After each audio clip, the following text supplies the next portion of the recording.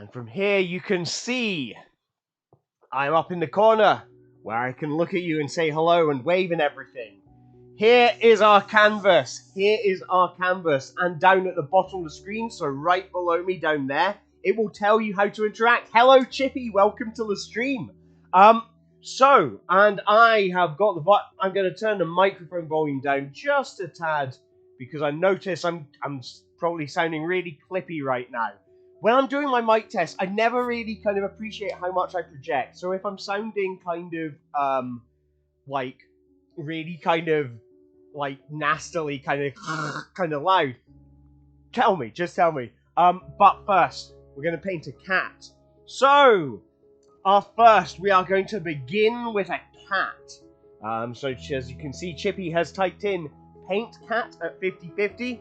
So, I'm going to start. What color cat should we do? I mean, I kind of feel like we need a sort of like orangey brown is a good kind of all-purpose cat color. So let's get a variety. Let's get some yellow paint in here.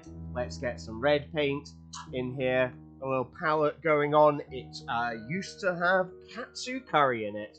And a little bit of blue. We all remember that green and red go together to make brown. If we can get the paint out of the tube. So let's get a little bit of that in there. Mix it all up, and then we'll get the President of Brazil. I do not know what the President of Brazil looks like, so I will have to guess. So let's see what I can do. A President of Brazil. Okay, so let's start with this cat. Maybe the cat and the president can be having a conversation or something. Let's see. Okay, so here's a cat. So we'll start with the cat's head, and then let's give the cat a nice body. Let's give it tiny little stubby legs. Let's make it a little kind of... There we go. Nice kind of round shapes for this cat. Let's make it nice and cute and adorable. And then a nice cat tail coming up. There we go. So we've got ourselves a cat. But we want a few details on this cat. So let's give it a pair of eyes and a nice happy cat mouth. So we know it's a very happy cat. A magnificent cat. Thank you very much. It's very kind of you, Chippy. The magnificence of the cat. And then we'll draw a President of Brazil. So I'm assuming, and a ball of wool. Aha, so the ball of wool and the President of Brazil. I guess the cat and the ball of wool. And you want me to use taps. Okay. I guess if I tap at the... Is that it? Or... There we go. If I tap at the canvas with the paintbrush. Is that the kind of motion that you want? Now, I'm going to draw a big grin for this cat. But then I remembered, I'm thinking of, the Cheshire Cat from Alice in Wonderland. And the Cheshire Cat is a kind of exception when it comes to cats, because cats don't usually grin. But the Cheshire Cat has put it in my mind that cats grin. So we're going to have a grinning cat. And using taps. I'm trying to think if I have any, water taps. I can... that are not connected to the mains. I can't think of any. So here we go. I've got a happy cat with beautiful green eyes. Now, the Brazilian flag. Let's start with because I'm trying to think, what does a president of Brazil look like? I'm going to assume the president of Brazil is going to be wrapped in a Brazilian flag. So let's start with a Brazilian flag. And it's a sort of yellow diamond with a blue globe. I think it's the flag of Brazil. Hello, Courtney. Welcome to the stream. If you want to add something to the painting, all you need to do is type what you want to see below. What you want to see into chat. Down on the bottom right-hand side of the screen are suggestions of things you can type in. The main one, if you type in what you want to see, followed by a pair of numbers between 0 and 100, that will correspond to a location on the screen, and that will effectively place one of these lovely little markers on the screen, so I will know what I need to paint and where I need to paint it. So let's get this blue globe on here for the Brazilian flag. There we go. And now we need who's going to be wearing this suit. And I guess I can give them a suit and tie. So, I am a little out of the loop. I do not know who is currently president of Brazil. So, I am going to invent a president of Brazil to paint, because I don't actually know who the president is right now. I think maybe do I make it president?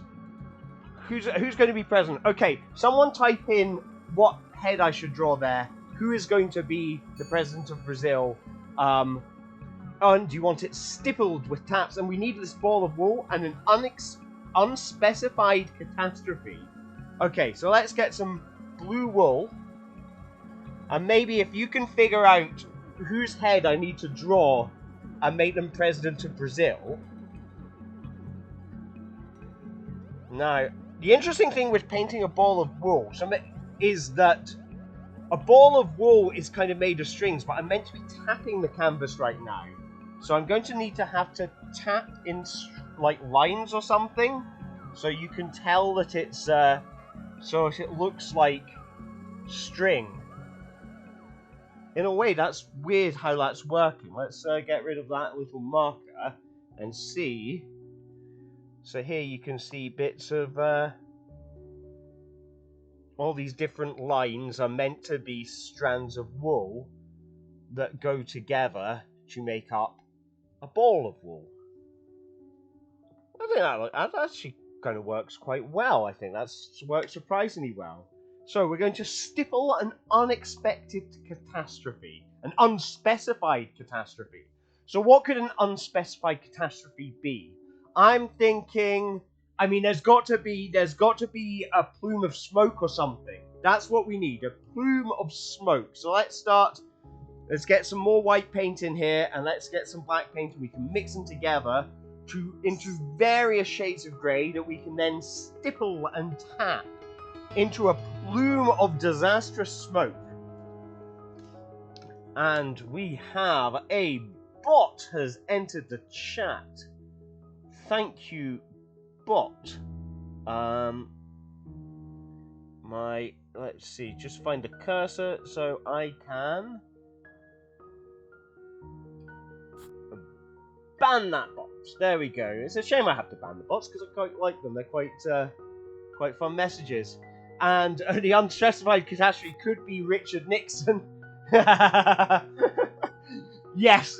Richard Nixon's reputation precedes us. So we have a cheese dodecahedron, which will be attached to the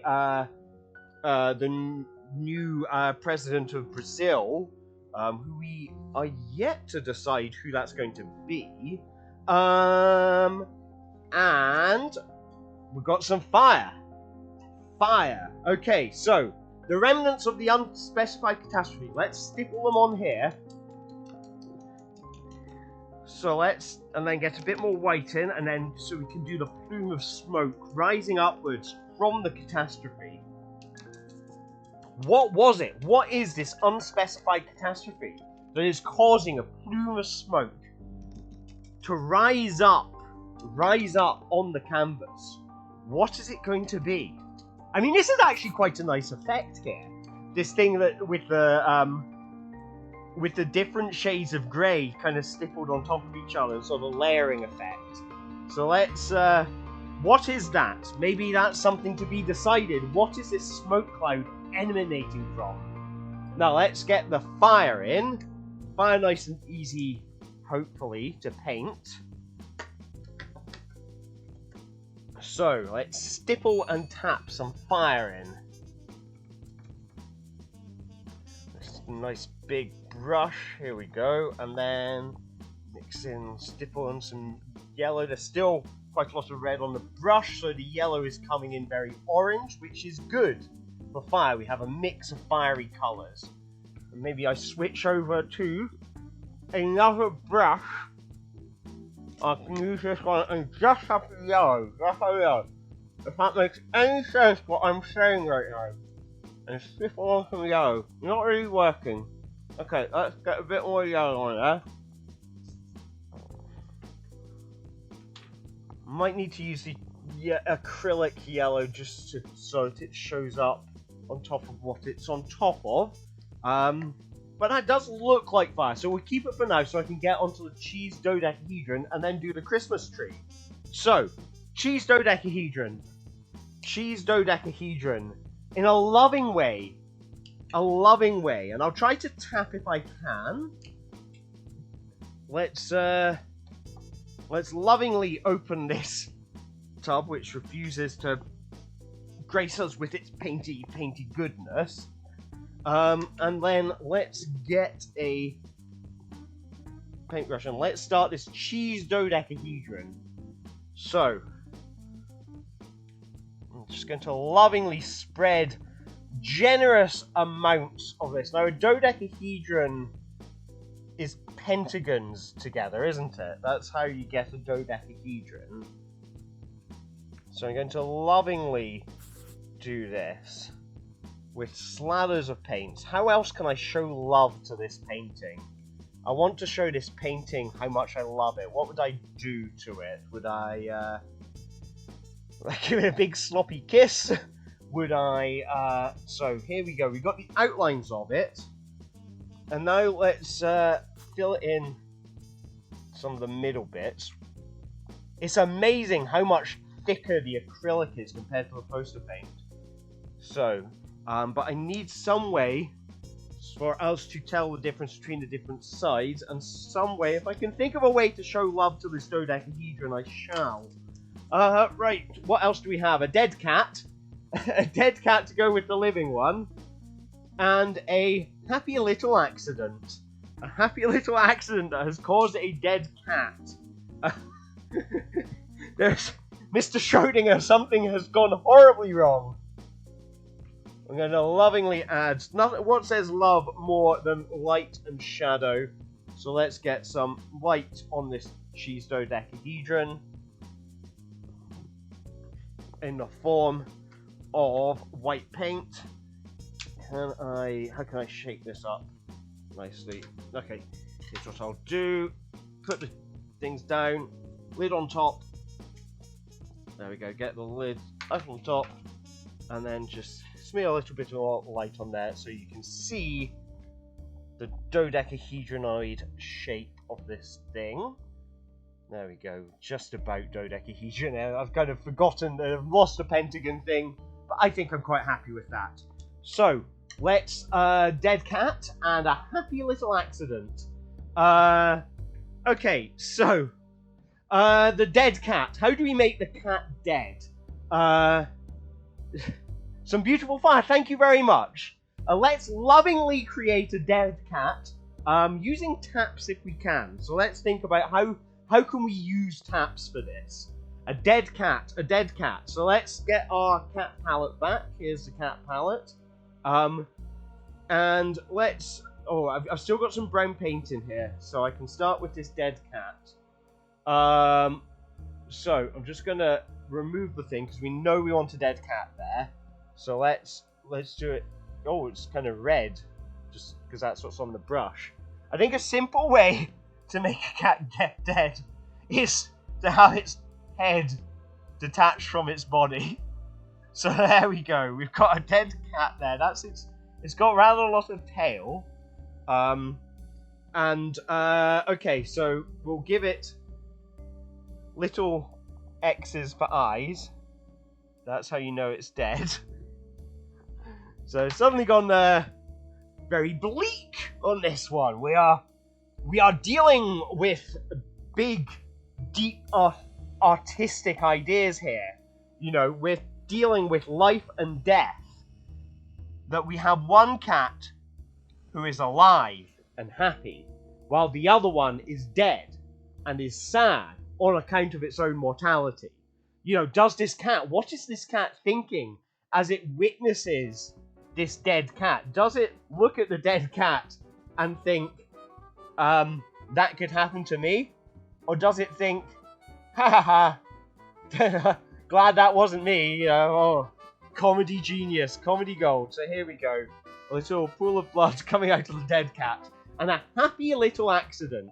A happy little accident would be like if you tripped over a clown. Or, like, what would be a happy accident?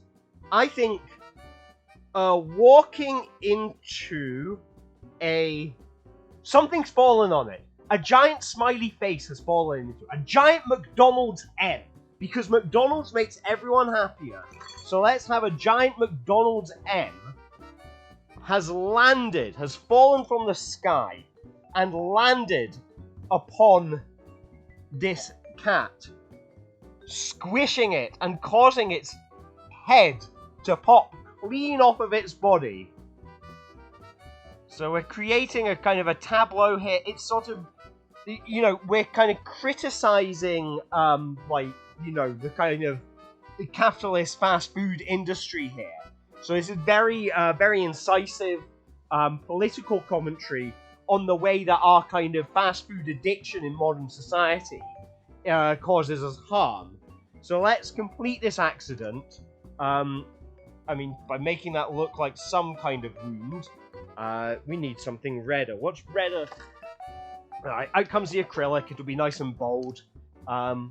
And color choice is not great on this canvas. Oh, maybe I'll need to use some other colors. So let's get... Oh, right, I'm doing red on red here. A red wound on what appears to be a red cat. But there we go. It has been happily impaled by McDonald's, the creators of the Happy Meal. Such irony. Such irony. How do we overcome a world where we are stricken with such ironic, I don't know, a three-sided domino. Let's do that one. I feel like a three-sided domino would be roughly L-shaped. I hope I showed an appropriate amount of love to that dead cat. Maybe I'm just going to, like, I need to honor the desire for love, so I'm going to put a little love heart on here, just so we know that love is present in this tableau. There we go. A little yellow love heart to honor our desire for lovingness. A little yellow love heart. Now, okay, three-sided domino. What color should we do the domino? Let's do the domino in blue. And we'll do it up there. I'll start with the outlines of it. So, three-sided domino. I'll take away the marker for that so you can see where I'm doing it, but I know where it wants to be on the canvas. It was roughly up here. So, normal shaped domino looks like this. Keep your suggestions coming in. I just heard one come in through my ear. Three-sided domino presumably looks like that. So, if we... It's a trimino. A triminal. We're looking at some erratic triminal behavior here. Okay, so... some sides of the domino. And we want some waves, and we want to flick some paint. And of course, we're going to do this tromino is going to be done with love, remember. So let's lovingly create the sides of the domino. Oh, they have turned into a different color because I already had a wet paintbrush. But that's okay, that kind of works. And let's do the pips on the tromino, which are obviously got to be love hearts, to honor the request for love. One heart, two hearts, three hearts. We've got some very loving dominoes, some luminos. There we go, and then let's mix together the paint for the top of the dominoes so we can fill them in and make ourselves some lovely love-filled Trominos. And then I shall get on to paints, to do some waves, some anti-waves, and to flick some paint. Flick some paint. Alright, so, finish these Trominos. Tromino sounds like the kind of domino that a troll would play with. Release the Trominos! Cecil, do be a dear and bring me the Trominos. Very nearly done. And there we have some lovingly made Trominos. Now let's do some loving waves. Loving ocean waves. Let's get some more blue in there, if I can get it out of the tube. That's the, there we go. Get some blue onto the thing. And we want to use hatred. We want to use hatred now. Right. Okay. The style is a style of hatred. I hate fire! I hate fire! I want to smother it with ocean waves. That's going to, there we go. I want to smother this fire with ocean waves. So I'm going to try and put out the fire with these ocean waves. There we go. So let's get some blue paint on there. There's yellow on the brush, so it's going a funny shade of green. So maybe it's time for some blue acrylic as well. It's acrylic on acrylic time, I've decided. Poster paint is out, acrylic paint is in. Let's get that acrylic paint, and then let's paint some with pure hateful waves. Grrr! I feel such hate for this fire. When the Fire Kingdom came along and cursed my village to 1,000 years of ash and torment, I got so angry that it made me want to cover all the fire I see. I tried to put it out with big ocean waves. There we go. And we want to use a cabbage. Cabbage hatred, and there was something, I know I missed something at the bottom. Flick paint. So let's flick paint with some cabbage leaves and then do the anti-waves. And then we are bringing out the Marmite. The day that Zorro the cat followed its ball of wool and accidentally destroyed the world.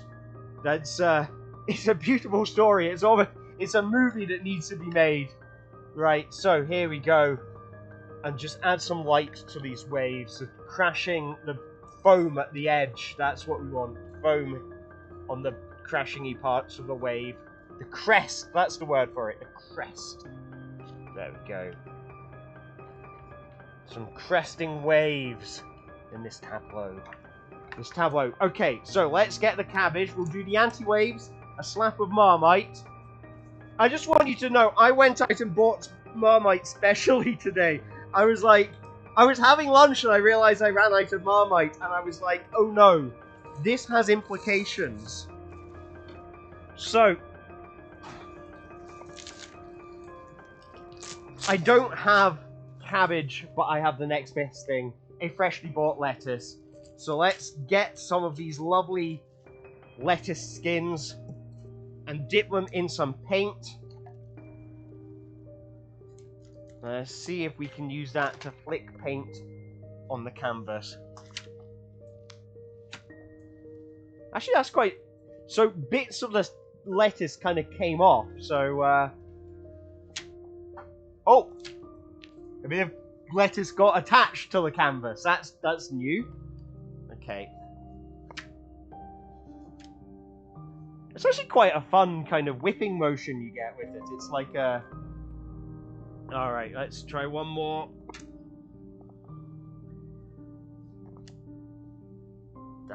Bam! There we go.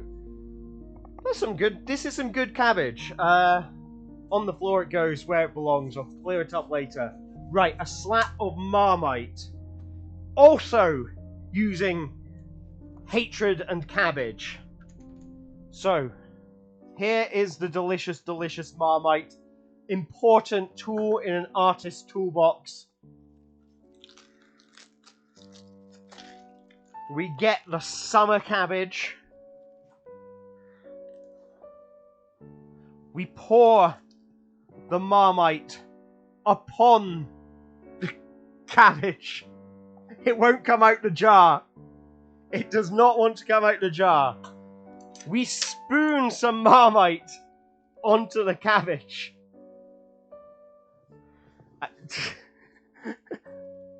It did not want to come in the jar, out of the jar. It is very happy to be in its jar. So we got a nice big dollop of Marmite here. And then hatred. Hatred. Okay, feel the hatred. I want you to feel the hatred in the audience with me. Feel the hatred. Come on, come on. Ah! There we go. And we're just going to watch that. That's going to droop down now.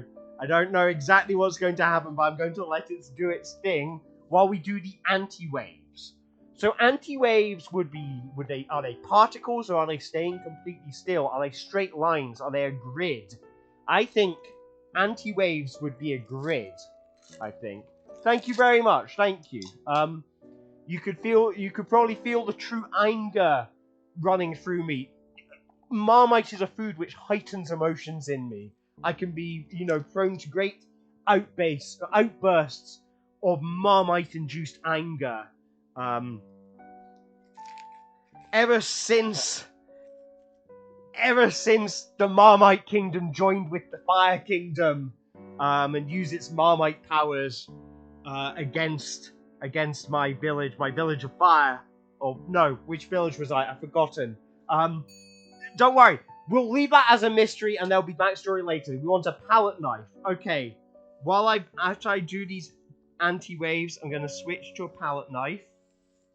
So here are some nice straight lines done using cabbage. There we go.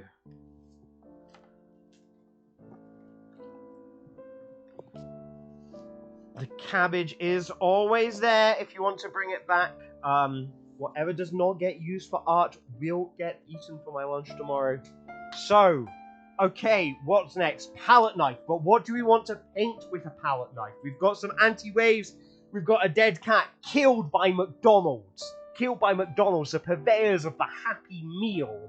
Yet they killed an innocent cat. Think about it. We've got some Marmite drooping down, almost like a savoury teardrop crying over the dead cat. The Tetronimo representing chance. We all find ourselves gripped within the jaws of chance. We want something connective. What's it going to be? Tell me, name an object or an idea or whatever, and a pair of coordinates, just two numbers between 0 and 100, stick them into chat, and I shall connect them into this tableau. The dominoes of chance, they represent the jaws of chance. And chance, it's a domino with 3 parts. It's like chance is too much. We're drawing we're painting a pigeon and the. So, what's it going to be? We're out of things to paint. There is no point where you can run out of things to paint. The imagination is endless. So let's draw the. What is the?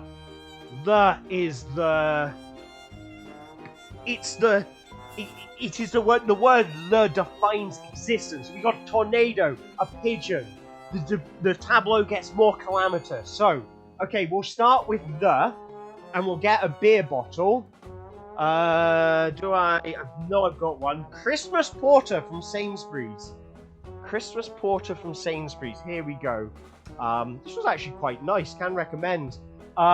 So, okay, the has to be it is the thing of being. It is the essence of being itself, is the existence itself. So, I'm going to think about how to paint existence while painting a nice kind of blue-grey pigeon. That's, how would one paint existence as a concept? That is a big question. The concept of existence. I guess it's the opposite of the concept of not existence. So, I mean, the word the, I mean, it needs to be about presence. It needs to be about being there on the page. I guess everything's kind of going a grey colour, so let's start the pigeon here. Oh, that is actually, I mean, from where I'm standing, that's quite a good pigeon colour. So, I've just removed the marker so I can see where I'm painting, and you can see what I'm painting too. I'm using the sort of round bit at the top of the beer bottle to try and get a nice pigeony shape. Okay, so here's the pigeon shape, and it needs a pigeony tail coming out the back.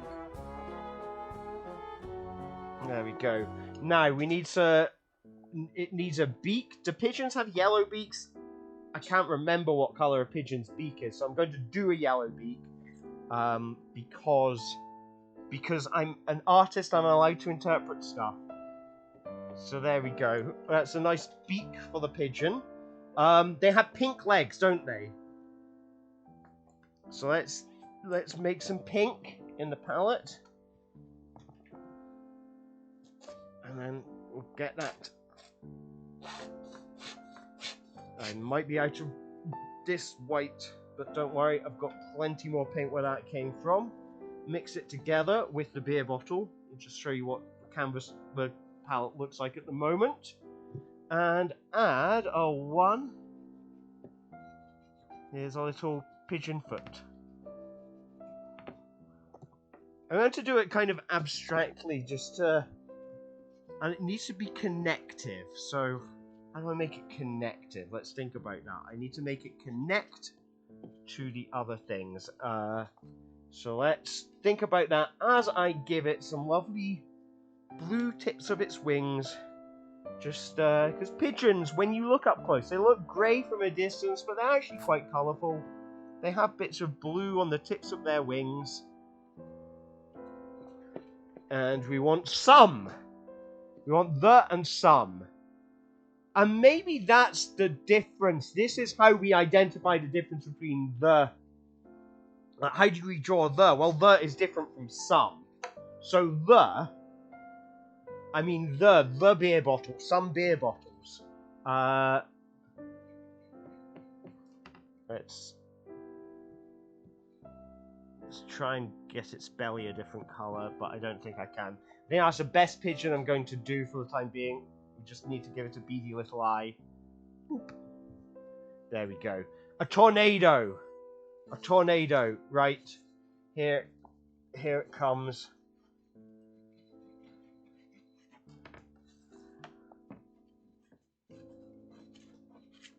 Here comes a tornado.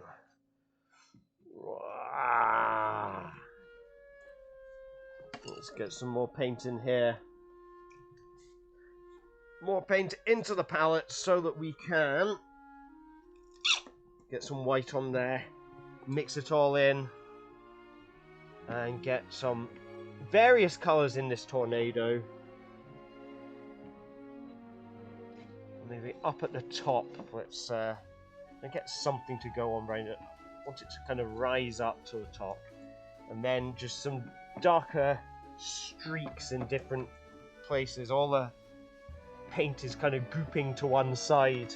Actually, maybe if I make it kind of dark on one side, if I can get the black, it's weird. Like, I've got a whole heap of black paint in here, and it's not showing up on the canvas because of all the other colours of paint. So just dry this off on my jumper. Let's try get some blue on there. Maybe the texture's just going to come out from texture. So let's just use the clean bit of the beer bottle and try and do some.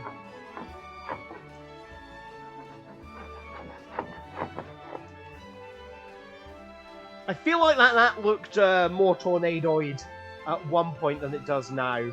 So okay, I will just have to live with it as it is and move on. And meanwhile, scroll down to the bottom, and okay, so we want the and we want some. The and some. So, we'll start with the. The. I mean, maybe we paint what it is. We paint the very thing that is doing the painting. The essence, the beer bottle is... Or we paint the painting? We paint the painting? How do you do the concept of the? This is difficult. But I need to think. Think like an artist. I've got to think interpretively. What would an artist do? An artist would paint the as the just being. Okay, yep, no. Here it is. The artistic interpretation of being. I'm going to need... Where is it? I'm going to need the strongest gaffer tape you have. And I'm going to need you to move the towel underneath, because if this falls... Thank you very much. Really glad you enjoyed it. Alright, here comes the... It is the very thing that we were painting with. The beer bottle. Representing the... You can't see it, so I'm going to move it further down. The beer bottle representing the concept of the has been added. It's like an artist adding a brush to a painting. I'm adding a painting to the painting. Adding the process of painting to the painting. Now I've got to use a brush to represent some. This makes a lot of sense now, but I need more gaffer tape before that thing falls off and smashes on the floor. Okay, this gaffer tape's out. Bet that one's out as well. It fell off, but it did not break. Art is unbreakable, people. Art is unbreakable. Okay. Let's do something that's not going to fall off. Where did I put my gaffer tape?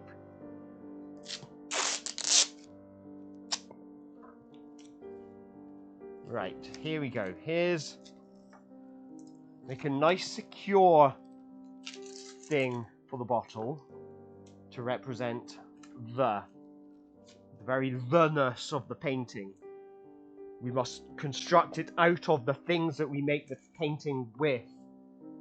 This is how we represent the. And then we're going to do some using a brush. I think it kind of hopefully stands to reason how I want to approach that. So here we go. The. I don't know if my interpretation makes a lick of sense to anyone other than me, but that's art. That's art. Art. The spirit of the interpretation. Here it is. Okay, so there's the. Now let's do some. What do we have? I mean, I've got in the water are the very brushes that we were using at the beginning. So let's stick them on as well. So we've got the bottle, some brushes. And they are being connected! And they are being connected to the painting. So I wonder if I put the tape on below the cat, you can see the cat behind the brushes without me needing to cover the cat with tape. So there we have the and some. Represented using brushes. Represented using the very medium that we have decided to paint with. I don't know about you, but I don't know about you, but I feel like we've locked into some genius here. Here we go. Okay, so some. What's next? What goes next in the painting? How do we add to this? How do we move our art forward into the next dimension, into a new century? I need to know what to paint. So, if you want to add to the painting, all you need to do, look at the bottom of the screen. It gives you an example. It's just changed the example. If you want to see something go on this screen, if you want a picture of a raccoon on here, type raccoon at and then a location. So up here, I think would be like 6010 or something. Raccoon at 6010. Or if you want to see spirals, and you want to see them here, this would be like spirals at 2070, or something like that. All I need to hear from you is what you want to see and where you want to see it. I'm going to get some delicious water, and make sure to hydrate. Artists must keep hydrated to deliver you the audio experience of me getting water.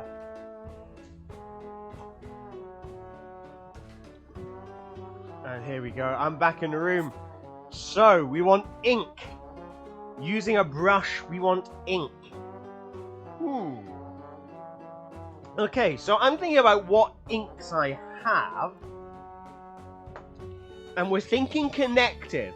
And I've had an idea. We're going to connect things to other things.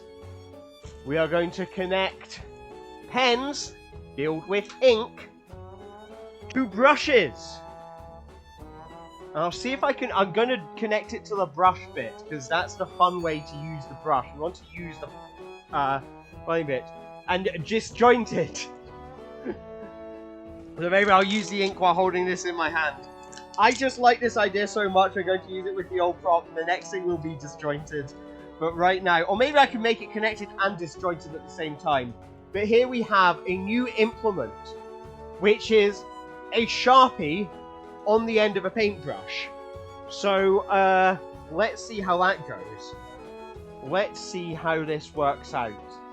This is a magical new implement. So we want ink. Ink there. I'll see if I can draw a pot of ink. Maybe not. Okay, so we're going to fill this pot with ink.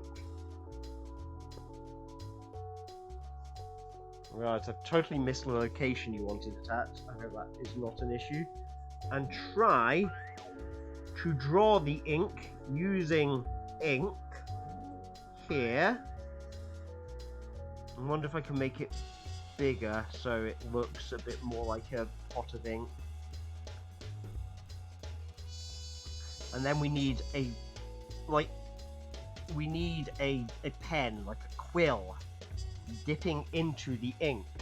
So let's draw that here. Okay.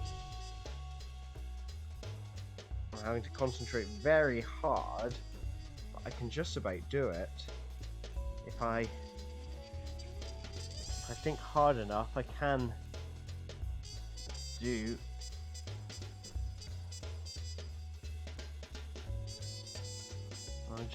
I want to make these lines bolder. This is what I really want to do. There we go. Right, let's keep this. Oh, there we go. If I get the right part of the pen, I can get a nice thick bit drawn.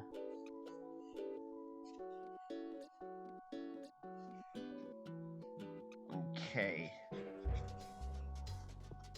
So here we go. We have some ink.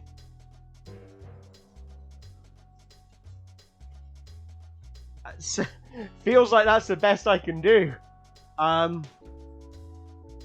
mean, in a way, it is kind of disjointed from reality, but this is quite a fun way to draw. It's a shame that the Sharpie doesn't adhere well to the paint. If I blow on it, there we go. Maybe that's a bit better.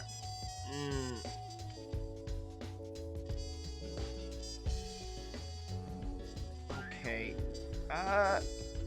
I feel like that's something you're going to have to look very closely at to see. This might be the best I'm able to get. So we want a spider. Let's have a spider in. And we're using a brush now to draw a disjointed spider. So let's... Or a spider in a disjointed style. Lost a few hairs out of this brush, but it was worth it for the power of art. Hello, Pro Spider. Welcome to the stream. I'll see if I can make the spider look as professional as I can. In honor of your joining in. thank you very much for coming along. Let's draw a nice black hairy spider with this brush in a disjointed way. So let's start with a nice spider body. Ooh, let's give it a nice big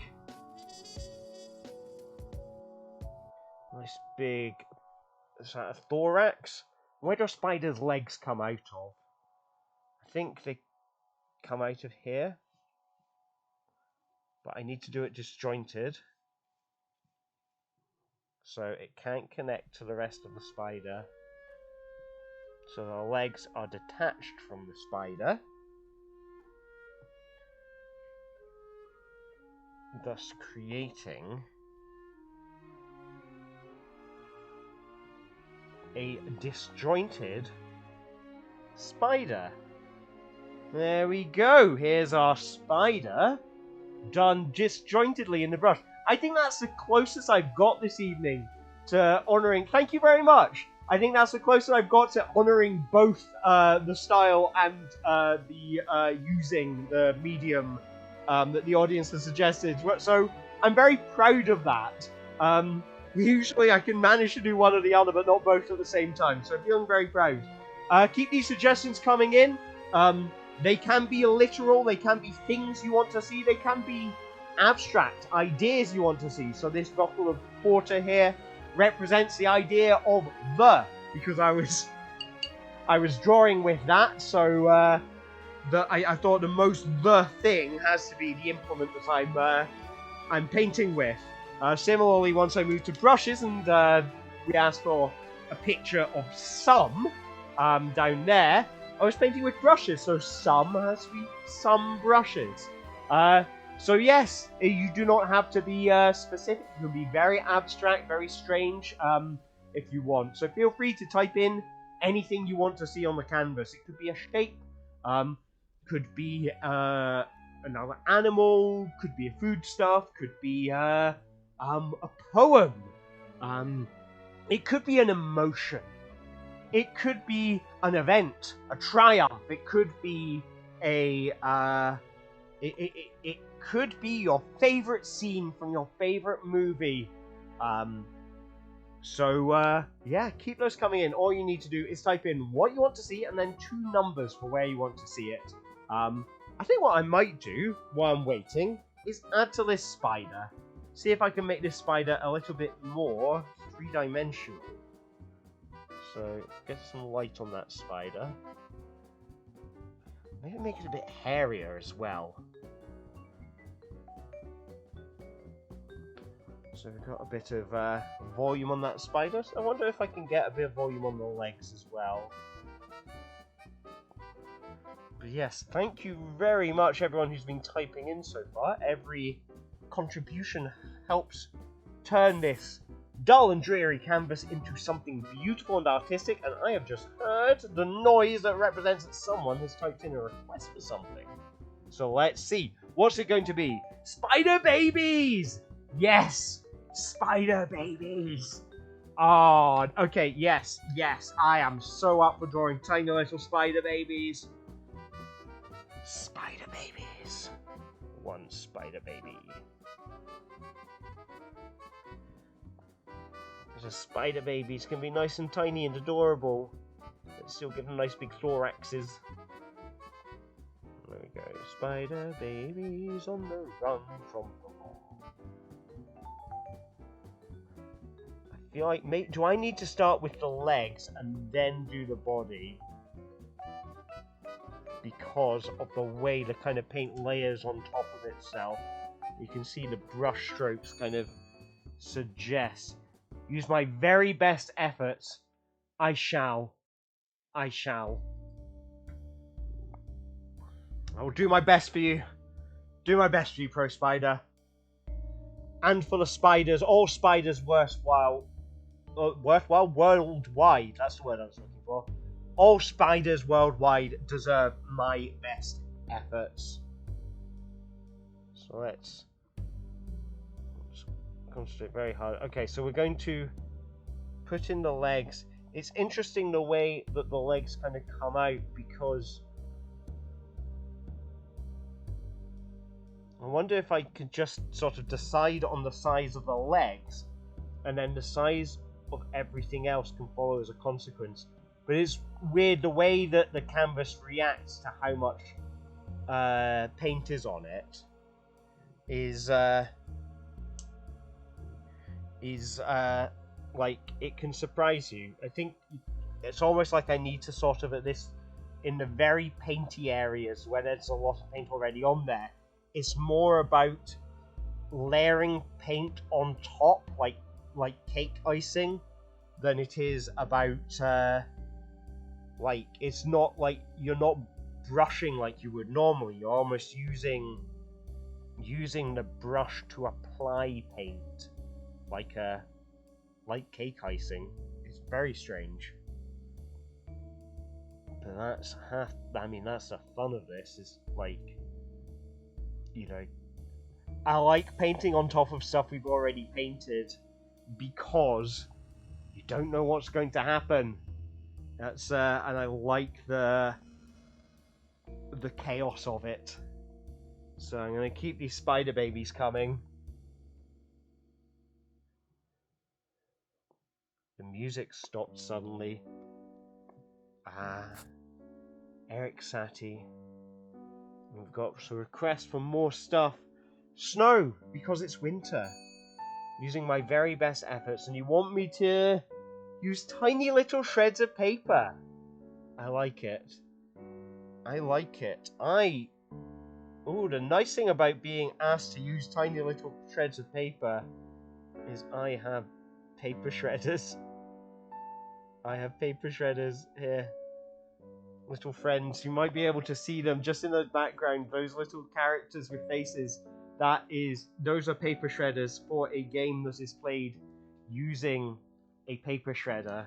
So let's make some paper shreds.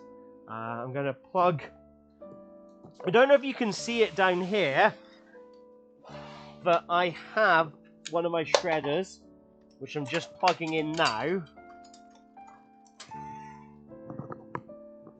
I just heard that noise, which means that it's on. I don't know if, can you see it? No, it's behind a table.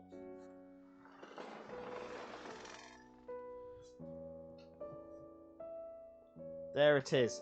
There's Shredwood. So Shredwood's going to make some little bits of paper. I've got some paper that I would need to shred anyway, so, I mean, well. So here we go. Let's make some little shreds of paper. What other paper do I have?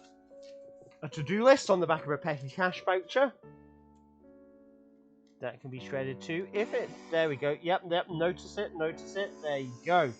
Through the shredder it goes. Yes, you recognise Shredwood. Excellent. I'm glad Shredwood's finally been able to be involved in one of these streams. I think he's been looking longingly at them for quite a long time now. What's this? Is this paper shreddable? Maybe not. Okay, here's a couple of A4 sheets and just bang them in. Oh, actually, even better. I've got junk mail. That I don't know what to do with. So let's shred that. There we go. Junk mail. In it goes. And we're going to get this junk mail. And then we're going to chop it up and make some snow. So, chop chop. Oh, you can see it falling down. It is kind of like snow. If I can use a pair of scissors properly. Look at that. Going all over my floor where it belongs.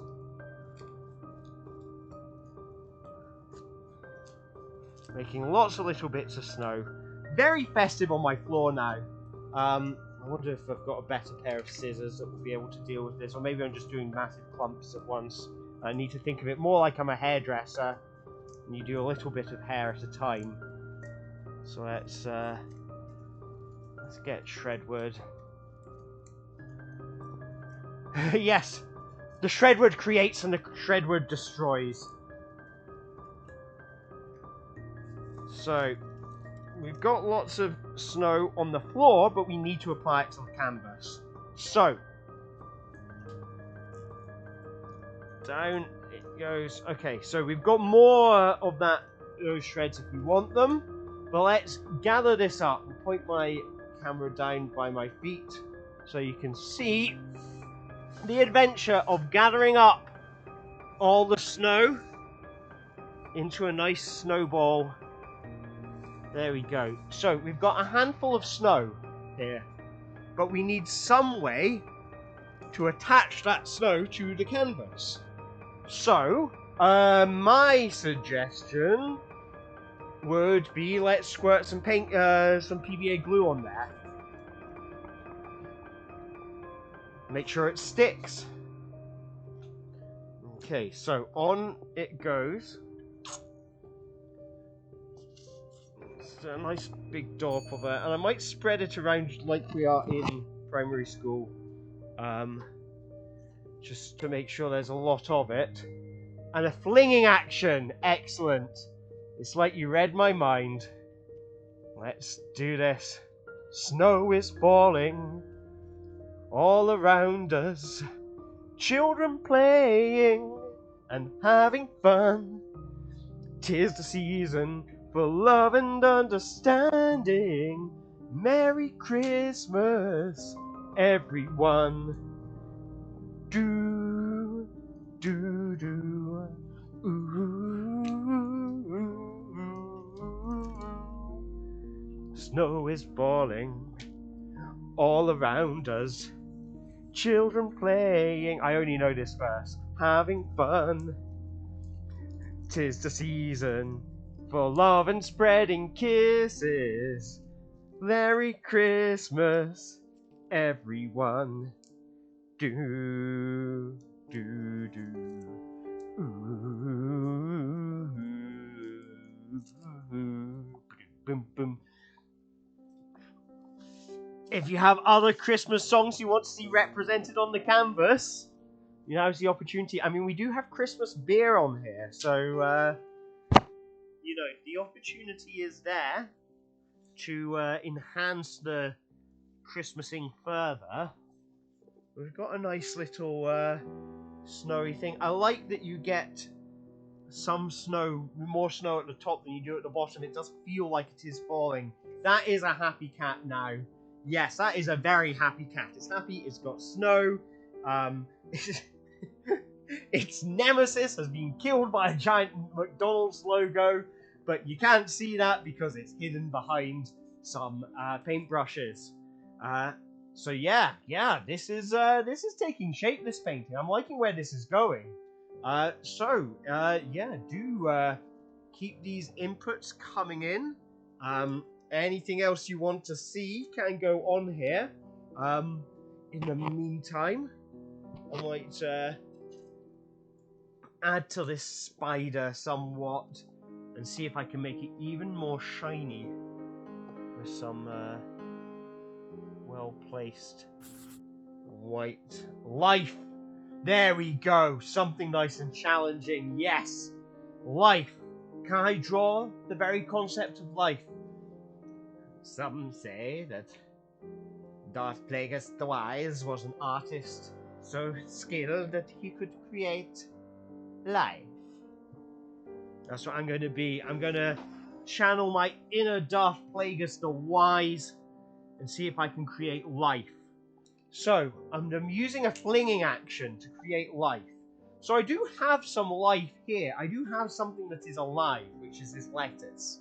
So I wonder if I can use that to create life. How can I use, and what does life look like? What is the process of living? Is life, is it being born? Is it growing? I mean, life is let's do the sequence from birth to death. And let's act it out with this lettuce using some paint. So the sequence of birth to death begins with being very small. You know, you are very small. In the beginning of my life, I was very small and I was fragile and vulnerable. What colors are fragile and vulnerable? I always think pink is kind of a vulnerable kind of color to me. So let's get some pink on there, because pink is like, you know, raw skin or something, you know. So let's start. In the beginning of my life, I was very small. Oh, and I've got to use a flinging action. In the beginning of my life, I was small and I was vulnerable. I was small and I was vulnerable.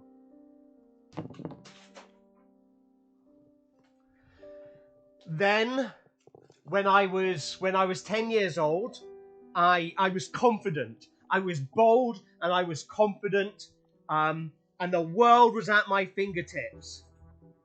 So yellow, bold, confident, fluorescent, blue, bold, confident, electricity. There we go. And I was bold and confident. Let's fling it boldly and confidently. Okay. Whoa! I don't know. Does the audio all still sound fine? It still sounds fine. I'm gonna get my cabbage back. Alright, so in the beginning I was small and vulnerable. When I was older, when I was 10 years old, I was confident, had the world at my fingertips. And then what happened after that? Well, when I was a teenager, I became self-conscious, I became anxious, I became guarded. Guarded. What does guarded look like? Guarded. I need to make the paint on the canvas must be defensive. It needs to be tentative. Maybe I start to flake. Maybe I start to flake and the lettuce starts to flake with me. So let's get this as we do the life cycle of the lettuce. The lettuce as a teenager becomes anxious. It starts to feel that it has less control as the world seems scarier to it. It feels like it's falling apart somewhat.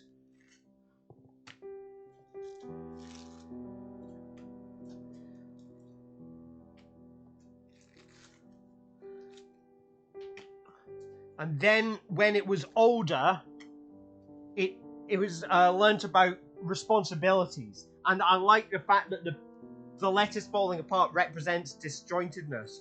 So it had responsibilities and it learnt about the societal roles that it needed to follow as a young adult. So it's all about societal roles. You know, straight lines, straight edges, stay in your lane, do this, do that. Then what happened next to it? Unexpected shocks and surprises. Unexpected shocks and surprises started to happen to it as life got more complicated in adulthood and unpredictable things started to happen. And then, but it found, as it got older and it got more experienced with the trials and tribulations of life, it was able to find its own way to fit both within the structure of where the world wanted it to be and who it was. And so we attach bits of the lettuce in between those lines.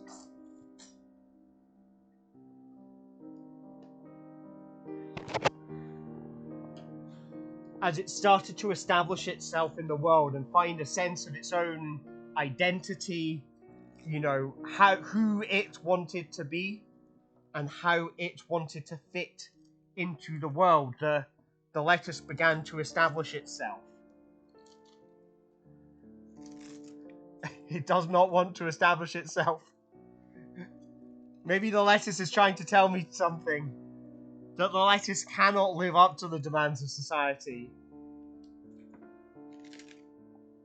And maybe that's it. It tried to live up to the demands of society.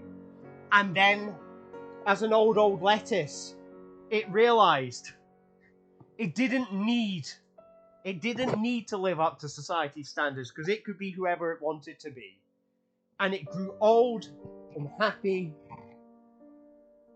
understanding that all it had to ever be was to be a lettuce. And that was the only thing that it ever needed to live up to, was its own sense of lettuceness. So here comes the lettuce. Oh, we want the moral at the end of the story. Okay, so we need to get the lettuce onto the canvas. At the end of its life, it's just being who it is. It is diving off of the canvas. The lettuce is who it is. It does not need for anything. It does not want for anything. It has reached the end of its life, realizing that all of these trials and tribulations of the world are just minor details. It does not want to adhere itself. How do I attach this to the thing? No, that doesn't work. Okay. Oh, God. And it... There we go. There we go. So the lettuce at the end of its life. And it was who it was. And it didn't need to be where people told it it needed to be. It could be where it wanted to be. And then the final thing was time. And it served the rest of its days happy. And we're just going to accelerate the final days of this lettuce. So you can see, watch the lettuce grow old, happy.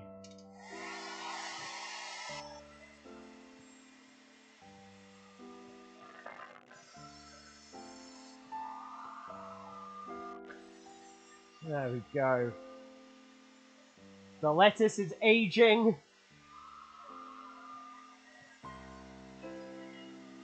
The lettuce is aging.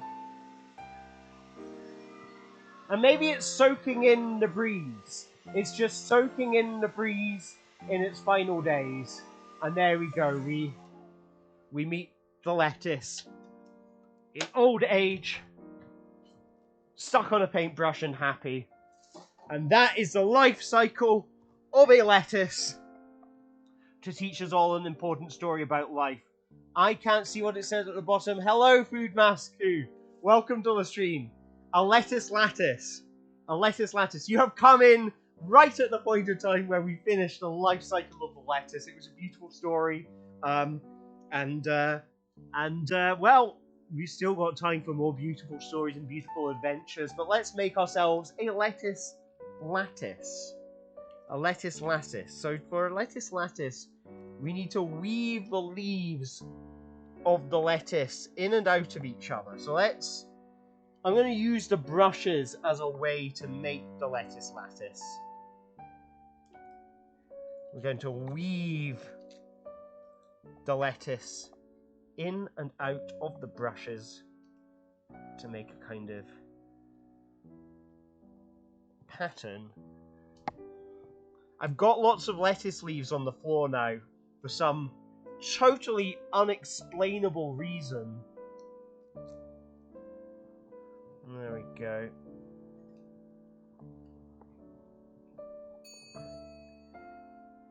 And the lettuce lattice gets made. It's almost like it's these are the children that it taught its lesson to. These are the next generation of lettuce. And it's got to be paranoid now. Oh no. Oh no, and it's going to indoctrinate these. It's going to indoctrinate these. And it's going to Oh god, what if all the lettuces become non-conformist? What if the lettuces start to rebel? You know, oh, it starts with a heartfelt and loving story about a lettuce finding its way in life, but, you know, cut to 5 years in the future, and it's inspired the next generation of lettuces to rise up against their human owners. You know, what if the lettuces take over Sainsbury's? What then? What then, audience? What will we do? What will we do? Maybe you can share your thoughts with us on the painting. So I think we're going to do about 50 minutes more painting on this. So anything and everything added to this.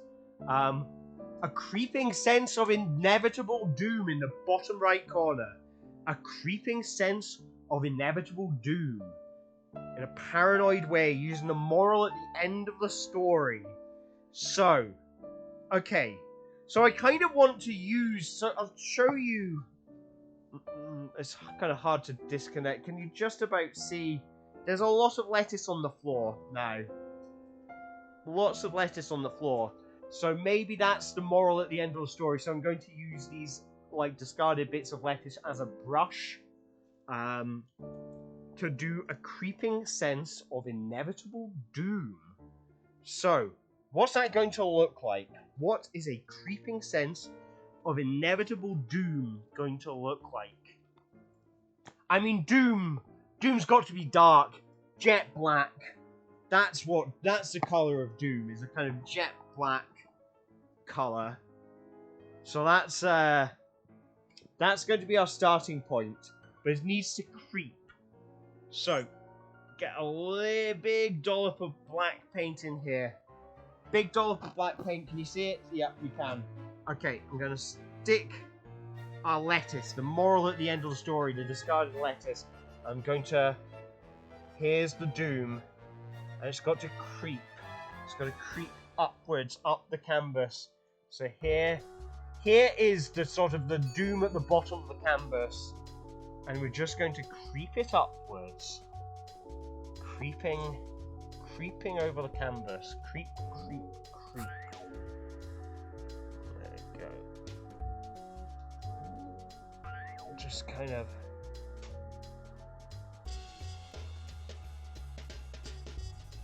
There we go. Creeping up the canvas it goes.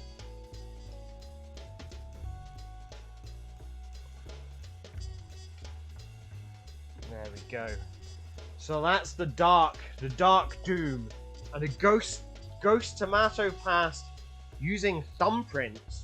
Ooh, okay, that's interesting. That is interesting. Thumbprints for a ghostly tomato past. So, red paint. Red paint. We're going to use this. Looks like it's full. I think I've just been holding it upside down. Right, let's use this to make the ghost tomato past. I almost feel like it wants to be a ghost of tomato past, like the ghost of Christmas past. Actually, doing these thumbprints, they come out really bold. So that's very interesting. But what makes a tomato ghostly? That's a big question. How do I do a ghostly tomato? So let's mix some new paint. Let's mix some white into there so that we can get my earphone fell out. And that's annoying. Did my earphone fall into the palette? Not. My earphone just was like, Geronimo, off I go. Oh, that's okay. I'll find it. It'll show up. I'll step on it and go, what's that weird plastic thing? It is really odd. It has just vanished. Get the other headphone. If the audio goes for you, by the way, just let me know. because something is wrong if that happens. Okay, I can hear that. I don't know if you can hear it, but I can hear it. Okay, the ghost of tomato passed. So we need some white. Do I have white acrylic? I must have white acrylic to stick on top of that. I do. It's right here. Okay, so white acrylic. Now let's get some white acrylic so I can make a thumbprint. And I need to do it paranoidly. So let's just layer this up here. So I want a shiny bit of tomato. Let's make it look three-dimensional.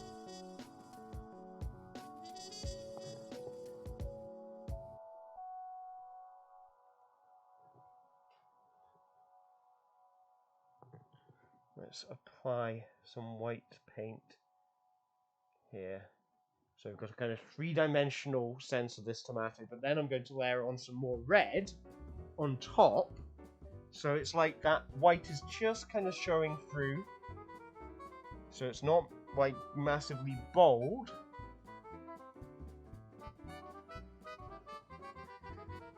And so that the final bit of white paint can look nice and shiny. If it is... No, it does not want to adhere. I mean, I want to adhere to my trousers, which I'm using to wipe my hands.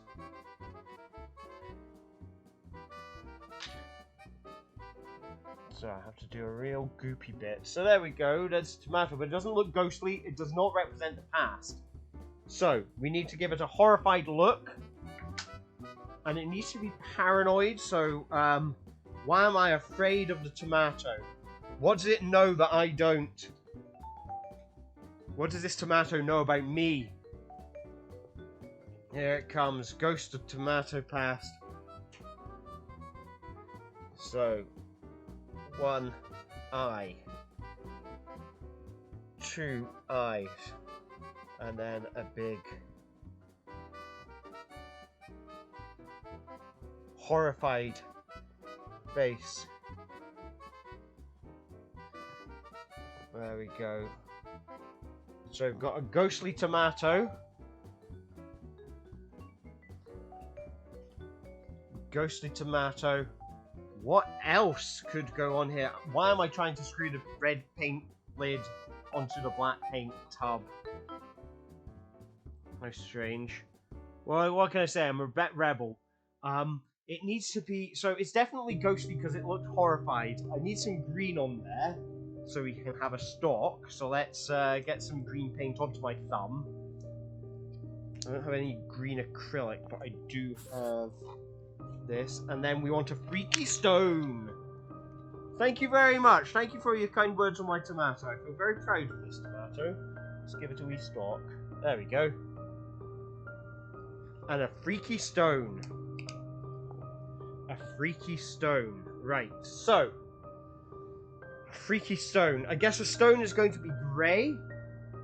Freaky stone is going to be grey. We want it around about here. So I'll do a few thumbprints and then I'll get rid of that marker so you can see me doing it. I do have a good solid chunk of grey paint in here.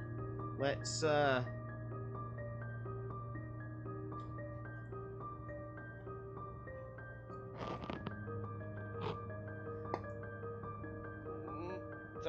big dot goes in, and yeah, there we go. Some white acrylic in here for some stone colour. Now, you kind of usually want like a tiny dollop of black with a big dollop of white, usually, because black paint is usually, it makes a bigger difference than white paint, if that makes sense.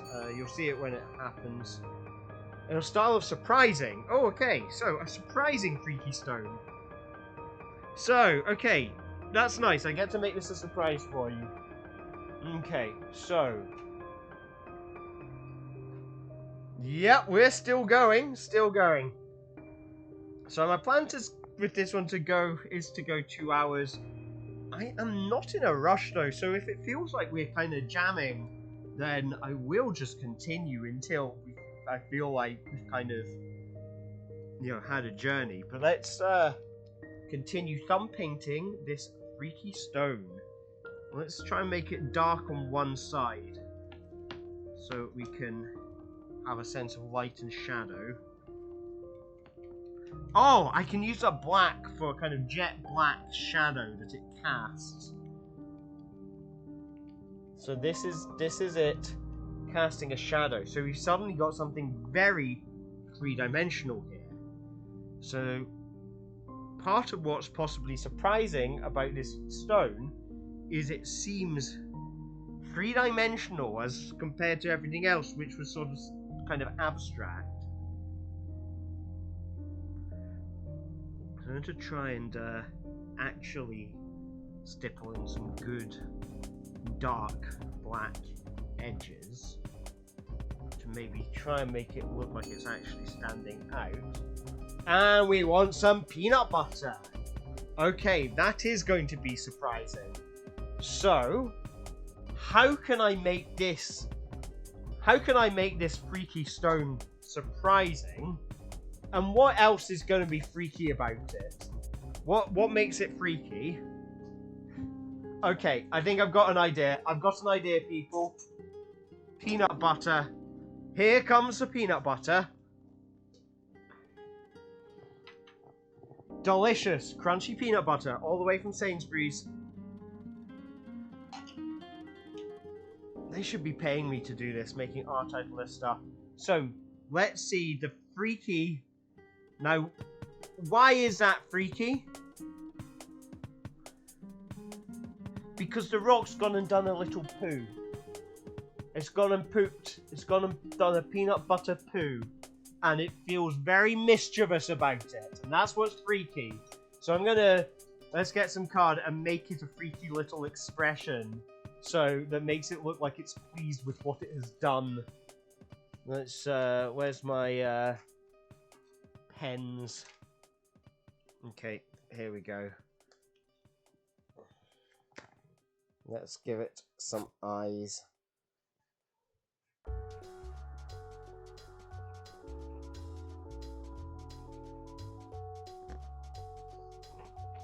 There we go.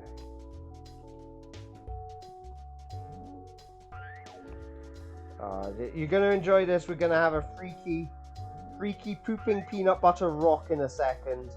It's all going to happen. Just you wait.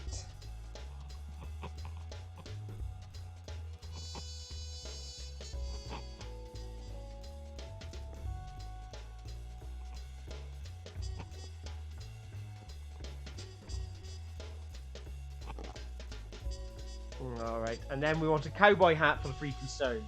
Awesome. Well, first, let's make this freaky pooping stone hat. No, sorry. A face. And then we'll give it a nice big cowboy hat.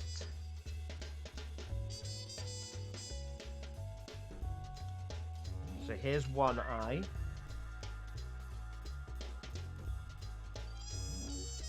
So, I remember cowboy hats, so there's one eye is on there.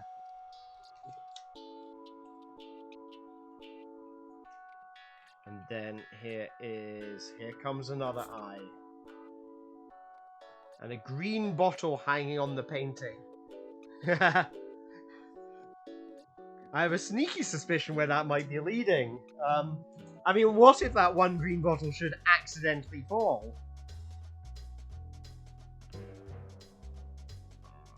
Okay, so we've got some freaky eyes.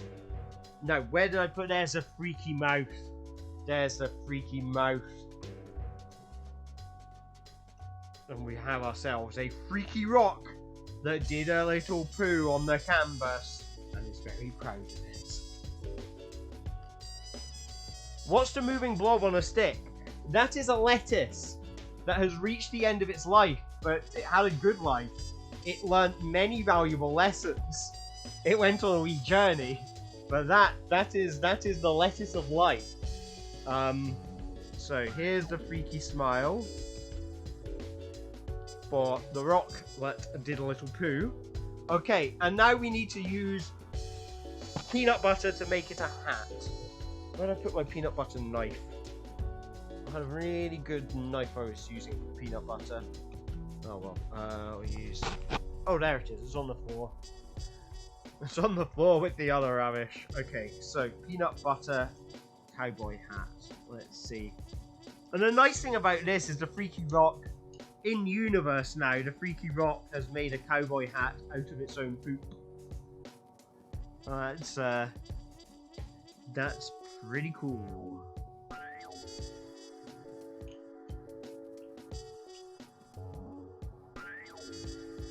Just say, peanut butter is quite a fun material. It's very sculptural, this.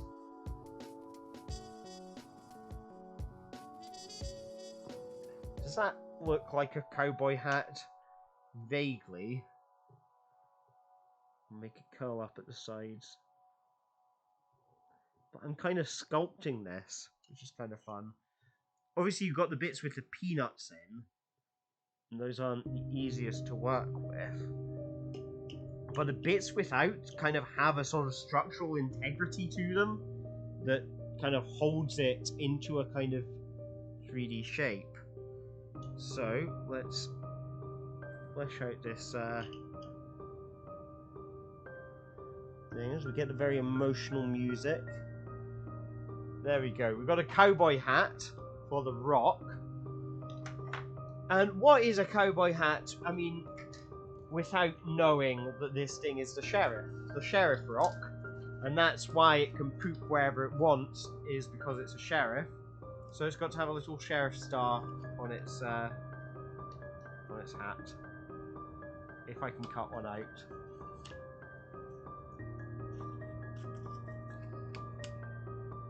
There we go, one. And here we go, sheriff hat. With a little sheriff star. And there we go. I know, naughty Stone leaving a little poo behind. It's, you know, it's terrible, terrible. These little rocks these days, you can't trust them. They're hooligans. That's what they are. They're hooligans. Right, a green bottle hanging on the painting. So, what do I have by way of green bottles? What do I have by way of green bottles? Okay, so I don't actually have any green glass, but I do have other bottles. And I can mix us up a green bottle. Watch this. Watch this. This is going to be magical. So, bottle of Coca-Cola Diet Coke with lime. Reinflated for your entertainment. Using interpretive dance. Oh. Okay, then I shan't tell you what I'm doing. Okay, I'm just going to...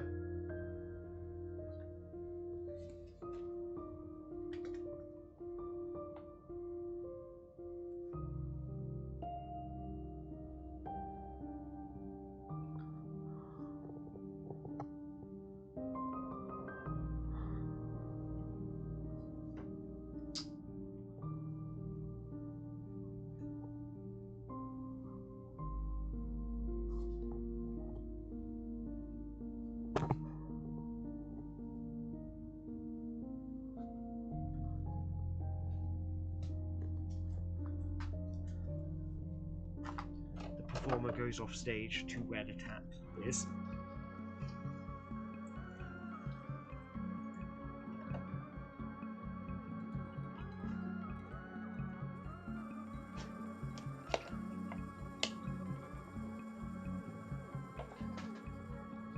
And returns. What's he holding in his hand? What could it be? Can't hear the music anymore. He has lost the battery has run out in his thing. The bottle won't hold. Ooh, watch him interpretively shake this bottle.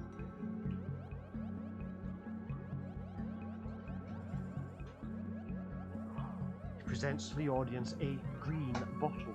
A green bottle, which he can attach to the painting somehow if it is dry. Which is now very wet because he put the wrong lid on it. Interpretive Oh, there's the right lid. Off comes the wrong lid. On goes the right lid, and the dance continues.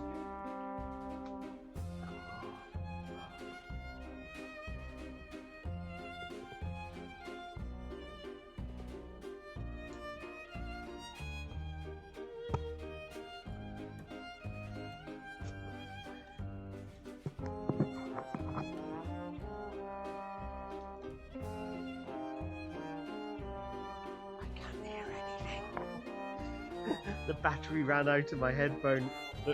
Well, one of them, and the other one fell to oblivion. That's okay. So I don't know what I'm dancing to right now, but here is the green bottle. I mean, I could just paint the existing bottle as well. We could make them bottle buddies. It's two versions, it's variations on a theme. Two versions of the same idea. It's almost like a kind of dichotomy. It's like, I mean, it represents... It says a lot about what art is that the same idea can be reinterpreted multiple ways.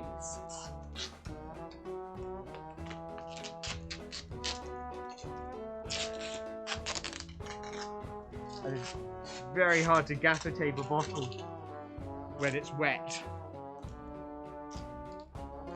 So there we go. We have two variations of the same idea are going to appear here. So we have one green bottle. And I'm just going to continue dancing interpretively.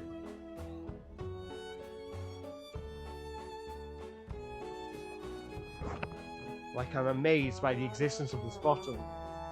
Then I'm going to try briefly. Is this the one? Yep. Switching the headphones to come out of my microphone. Then I switch it back. And a light covering of spray paint. And can I hear music again? Can I hear music again? I can hear music again. Excellent. Only through the short headphones.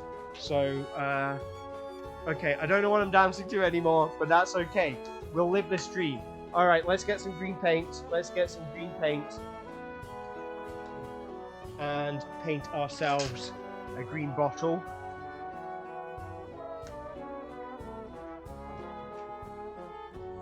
Two versions of the same idea. What does it mean? What does it represent?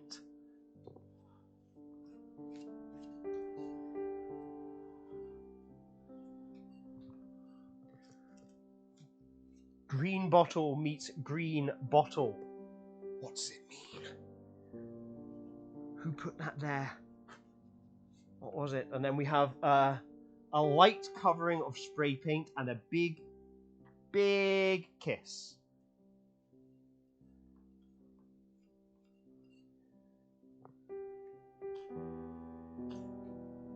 There we go. Just show you the addition of yet more paint. There we go. Bye bye branding. We are free once again, free from the branding. I heard some gaffer tape unpeeling there. I heard some gaffer tape unpeeling. That means something fun's going to happen. Alright, so we have yellow spray, we have pink spray, we have light blue spray. And we want a light spraying over here. What's going to show up nicest against that? I think the pink is going to show up quite nicely. So I'm going to do that, and then I'm going to do a big kiss there. Whoa. Oh my god. Okay, this is dramatic. This is dramatic, because if one green bottle should accidentally fall, let's get the spray paint and do a light covering and then a big kiss.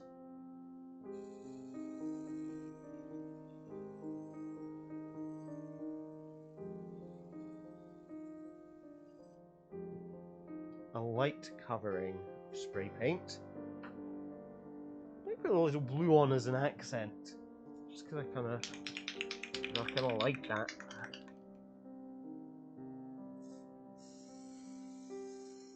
Oh, gentle. I almost want to give the.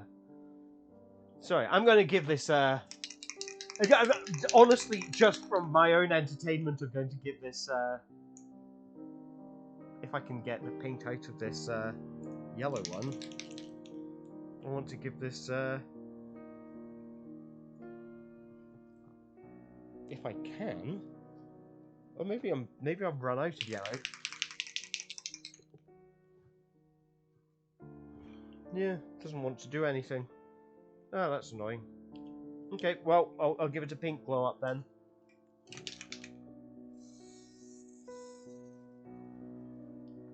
Just because I kind of think that might be interesting.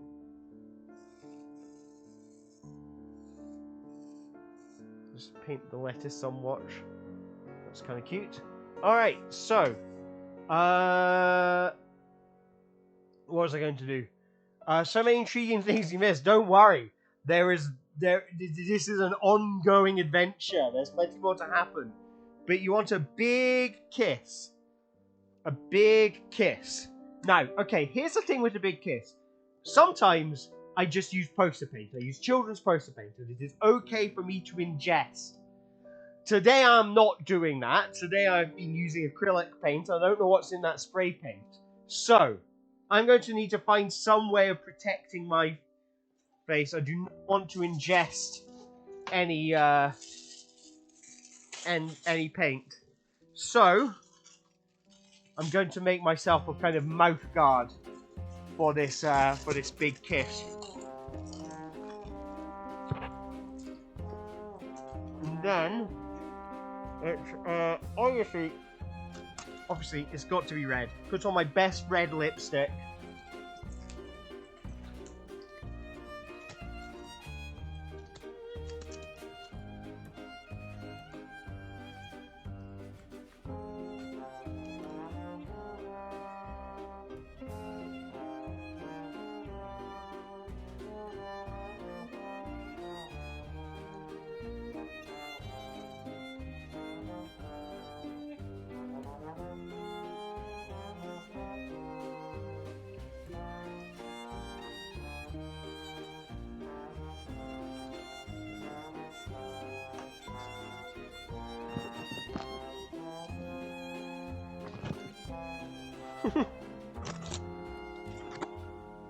I'm amazed how little has come out of that.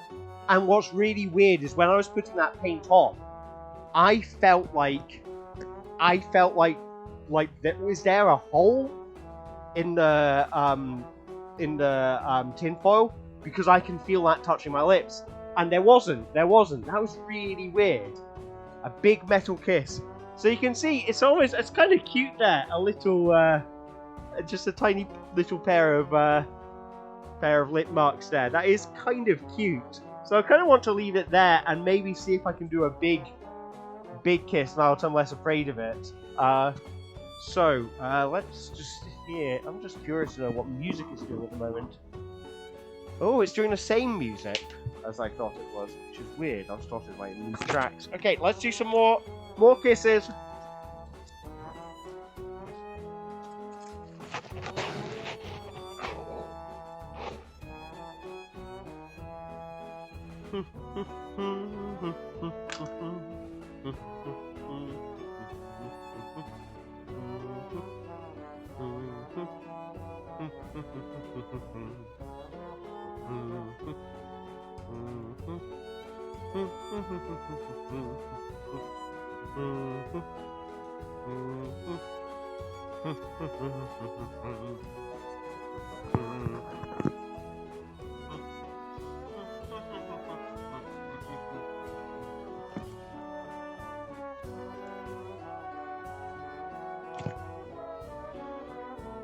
Okay, I appear to have left my aluminium lips. I've left my aluminium lips on the painting. The question is, do you want to see the aluminium lips stay on the painting, or do you want to see them removed? That is up to you. Only you can decide. You tell me. I did get some red paint on me. Foiled again! Well done, well done. I appreciate a good pun. Stay. We've got to vote for stay. 2 votes for stay. Alright. The mystery of the kiss shall remain attached to the painting. This is like, you know, on the Van Gogh paintings, where they're like, oh, there's a secret hidden painting which this is painted on top of and we can't see it unless we x-ray it. That's what we've done. We've made something for future generations to x-ray. So, you know, we did that. Whatever makes me pronounce aluminium again. Yeah, it's,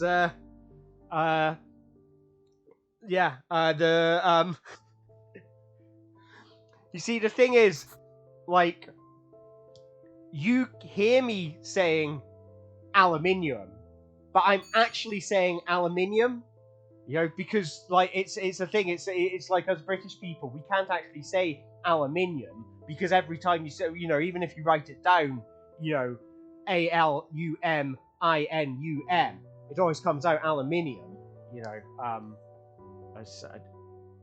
there's some way I can do that as a joke where it's funny, because it's like, you know that I should be in story. I'll figure out later. We're doing art. I don't have to be funny.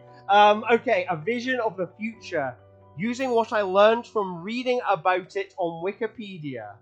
Alright, okay. I feel like I want to ask Wikipedia about the future. Okay, the future. Okay, so, the future is a time after the past and the present. Its arrival is considered inevitable due to the existence of time and the laws of physics. That's a really weird phrase. The arrival of the future is considered inevitable due to the existence of time and the laws of physics. Here is the first picture. So I'm going to imagine that, according to Wikipedia, in the future we will all live inside cubes in the desert. So I think that has to be it. This is what the game is telling us. How do I bring up Twitch again? Come back, Twitch. Oh, there you are. Hiding from me.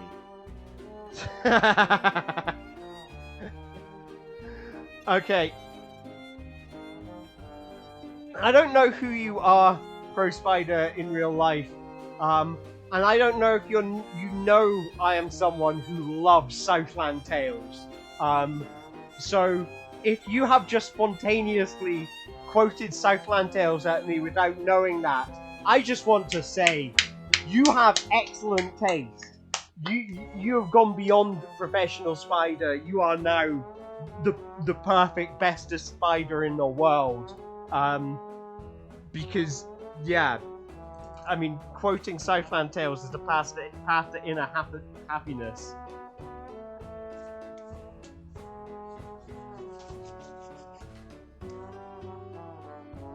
Alright, so, a vision of the future. We need these cubes.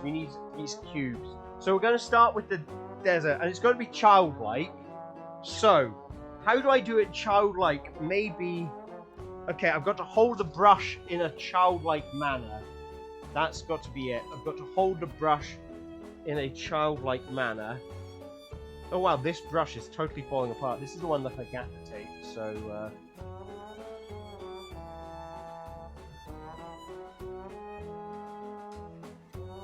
Okay, so, let's hold it in a fist. So here's the desert. I'm just going to paint desert on top of the bottles. Got some desert.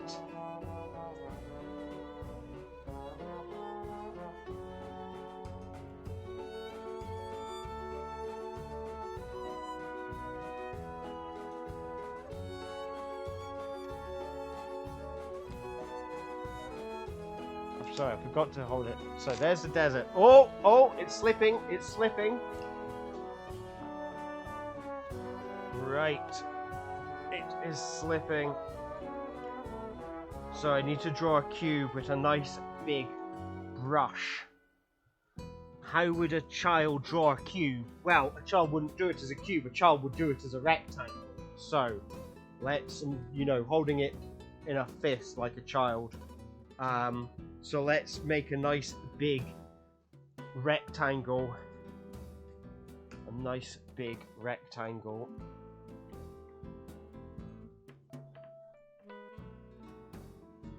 The rectangle of the future. And maybe I'm going to make another rectangle next to it so we can have two future rectangles. So that's what the future's going to be like. There's going to be rectangles. If you have anything else you think should be added to this vision of the future, do add it in. I'm going to see if I can improve these desert sands. Whoa, I just threw a big glob of yellow acrylic on the floor. I'll pick that up. Well, now I've just painted grey on the floor. Oh well, I'll give myself something to do clearing up. Okay, so let's get this. Alright, so the timer is telling us that we have 15 minutes left, which means if you want to add to this painting, there is a limited time to do it, and there is no such thing as too much stuff being added to the painting. We need some blue skies, because it's... Oh wow, that's gonna make yellow, but that's okay. We need some blue skies, because that was in the picture, and we need a happy sunshine. Blue sky and a happy sunshine. So maybe I just need to add more blue.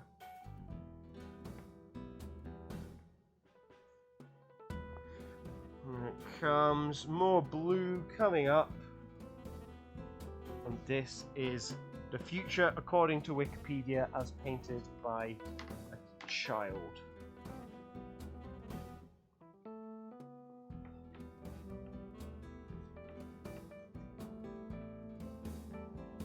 And we need a happy sun. Oh yeah, bye bye cat. You've been absorbed by the future. Just what's happened. Absorbed by the future. I mean, if we want the cat back, you know how to make it happen. But we need to add some sunshine.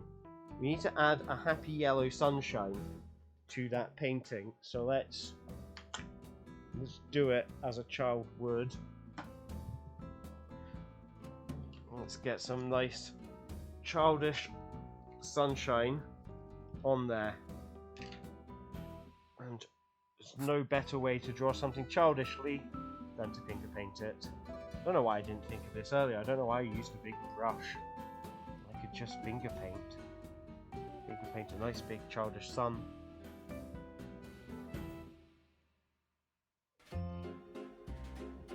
I mean, to be fair on the cat has already had a nice fun time on the canvas. It's been there right from the beginning. It was the first thing that was there. I'll be honest, I'm amazed that the first thing I painted survived as long as it did. And, at the end of the day, everything must go. Okay, so we want a vibraphone. The lettuce has fallen, people! Our lettuce has just died! But it lived a good long life. It had a long retirement. Ah, fairly well, lettuce. Fairly well, lettuce. You leave behind a great big absence in our world. Okay, so a vibraphone, in the style of a child. Okay. A vibraphone in the style of a child. So let's do that. Let's just continue finger painting. Finger painting. Let's make some brown paint. Do I have any brown paint that's just comes brown out of the tube? I mean, those are marker pens, those won't do anything. Acrylic. Oh god, I've had this tub of acrylic paint the whole time and I've not been using it. a whole bunch of different acrylic colours. Right, so let's get some brown vibraphone. Is there any paint in this thing? Oh yeah, there is. I mean, that's weird. Like, just some paint squeezing out of that. That is a sight to behold. Alright, let's get that on the vibraphone. Okay. I know, we need to draw the base of the vibraphone. Okay, so here it is.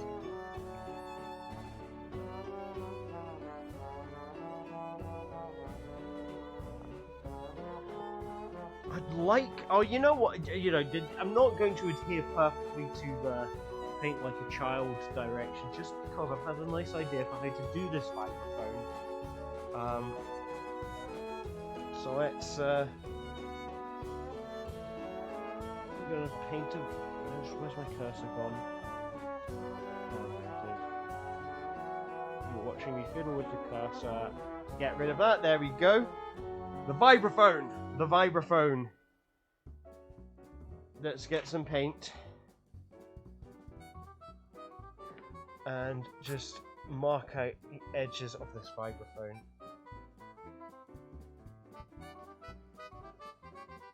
My interpretation of painting like a child is to paint with my fingers. That's hopefully that's self-explanatory. But how do we do the keys of the vibraphone?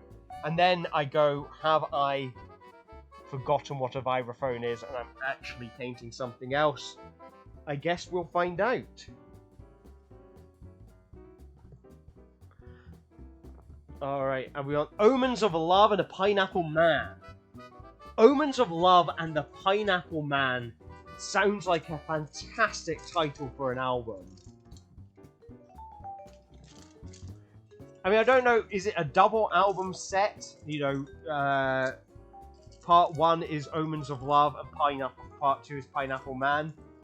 No, it's got to be Omens of Love and the Pineapple Man. So, marimba. Here's the keys. 1 key.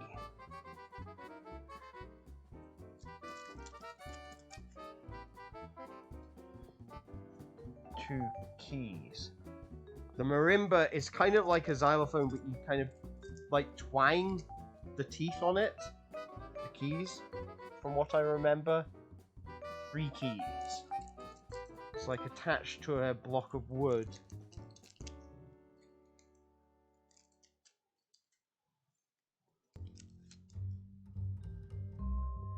4 keys. And finally the 5th key. And now I'm going to try and straighten up these edges as best I can.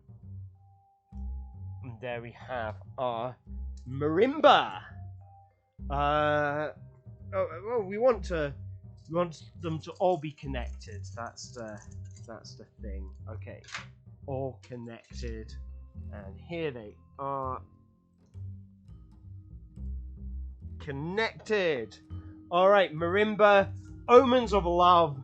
Omens of love. What tells you that love is about to happen? What tells you that love is about to happen? What is an omen of love? Why do birds suddenly appear every time you are near? So we need to make some birds appear. How do we make birds appear? Feathers. I've got feathers up here. Omens of love. Why do birds suddenly appear every time you are near?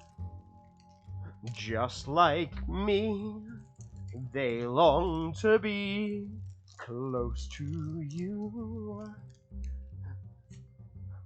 Oh, close to you.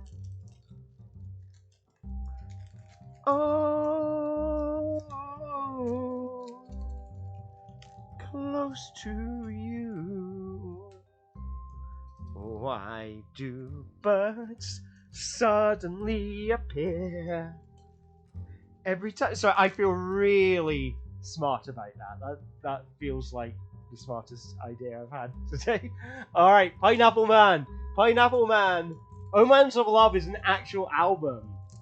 Ooh, fantastic! J Fusion Band T Square. I shall have to look that up. J Fusion. That sounds very interesting. But we have time for Pineapple Man. Pineapple Man in a childlike fashion. Okay. We'll start with the pineapple. If you have an interesting direction, interesting idea for what to do, how to do Pineapple Man, do tell me a style that you want it in, or what you want me to use. Because right now I don't have anything particularly jumping out to me. No big ideas for how to do the Pineapple Man. So I'm kind of winging it a little bit here, but I know it was in that gap. The Pineapple Man is in the gap. So let's get the thick yellow paint rather than the thin rubbish paint.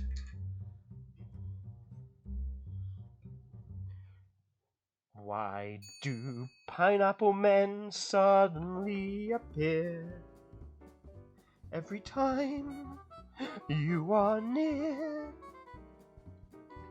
Just like me, they long to be Pineapple Man. Oh, triangles. Oh,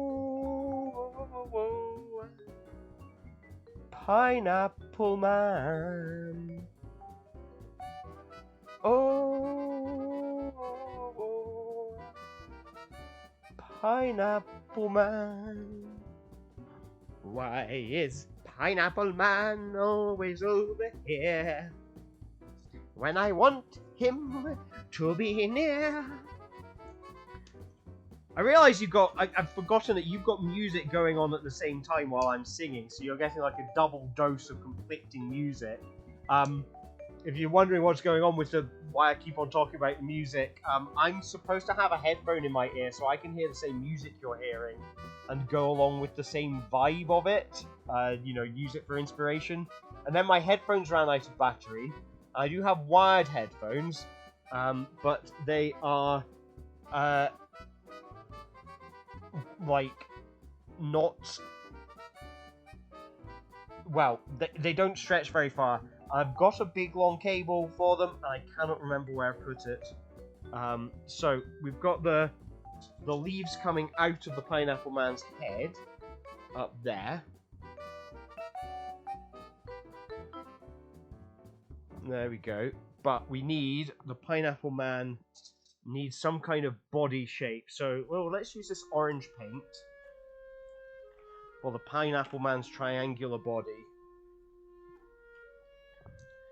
Pineapple Man, Pineapple Man, Pineapple, Pineapple, Pineapple, Pineapple Man. Okay, so I see that there has been a request for circles has come up.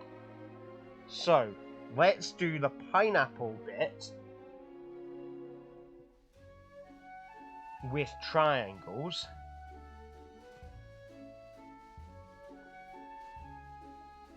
And the man bit with circles.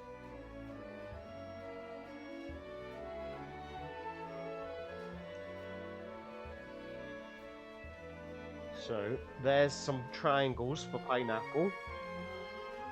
And then, using circles, we shall make a man out of him! What is a pineapple man? Nothing but a miserable little pile of pineapples. But enough of these games. How about you? Okay, so let's use circles to make some little arms and legs for Pineapple Man.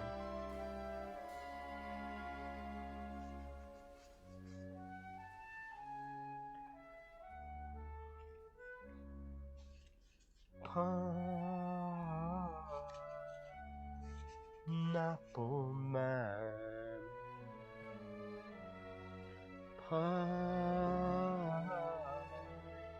Oh, is he trying to play? He's trying to play the vibraphone. Look at him go. See Pineapple Man on his magnificent vibraphone. And there we go. He's got some arms to play music with. Achoo! I just sneezed. And while sneezing I said achoo, like, for some reason. A feather has fallen off. A feather has fallen off. I know it says we've got 20 seconds left. I need to make some circles to attach Pineapple Man's bits together. I don't want him to fall apart.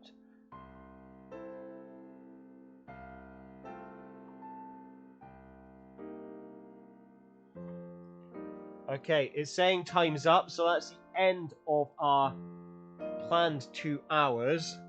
But I am happy to continue this because I quite like to find what is a way that we conclude this piece. Is there a joining central idea? I would quite like to bring back the lettuce of life if we can. So if you can think of any ways to do that, that'd be great. Pineapple Man is taking shape. It's hard to see his pineapple-y body parts. So I think I might switch to some dark blue paint and see if I can make some circles with that. Oh, that's nice actually. This is quite nice, making these little circles. So let's make some tiny little circles to try and just pick out the detail on the Pineapple Man. So we've got triangles and circles.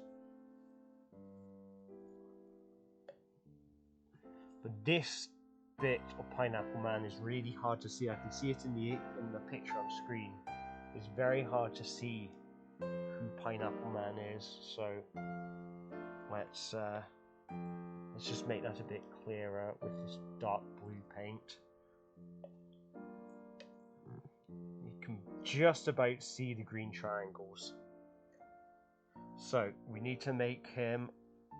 Okay, let's give him a face.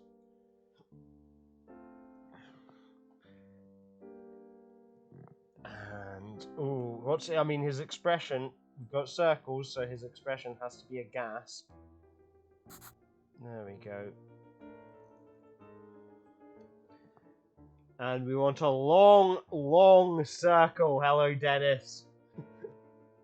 A long, long circle. Let's mark out these triangles a bit nicer because they are kind of hard to pick out. I might just outline this whole Pineapple Man with the blue paint because I like the way you get a kind of a hint of blue but also a hint of where it has just kind of brushed away, you know, behind it. So let's try and follow this through. I like the texture that you get off of the palette knife, where it kind of it's almost like it deposits paint to the sides of where you asked for it, which is kind of interesting. So we're going to get a long, long circle using something sharp. Oh, okay, this is interesting. This is very interesting. So there is Pineapple Man. We're going to get something sharp.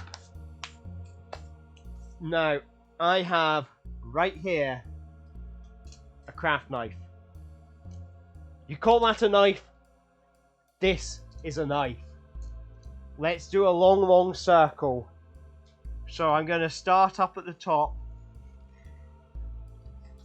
And I'm going to cut, or at least attempt to cut, a long, long circle out of this canvas. Here we go. Long circle made using something sharp. Now, it is not entirely detached from the canvas. I feel like that is an interesting direction to take this in. So let's actively try to detach it from the canvas. Now it is mostly detached from the rest of the picture. So if you can see, we are now in a position where we can open up this painting like a window into the past. It's going to dangle slightly, so you can see as it moves around, that is detached, and it's just holding on by that little sliver of paper there. I like this. We've got a kind of portal to a netherworld here. So, flip the circle and apply glue. Flip the circle and apply glue. Right? Okay.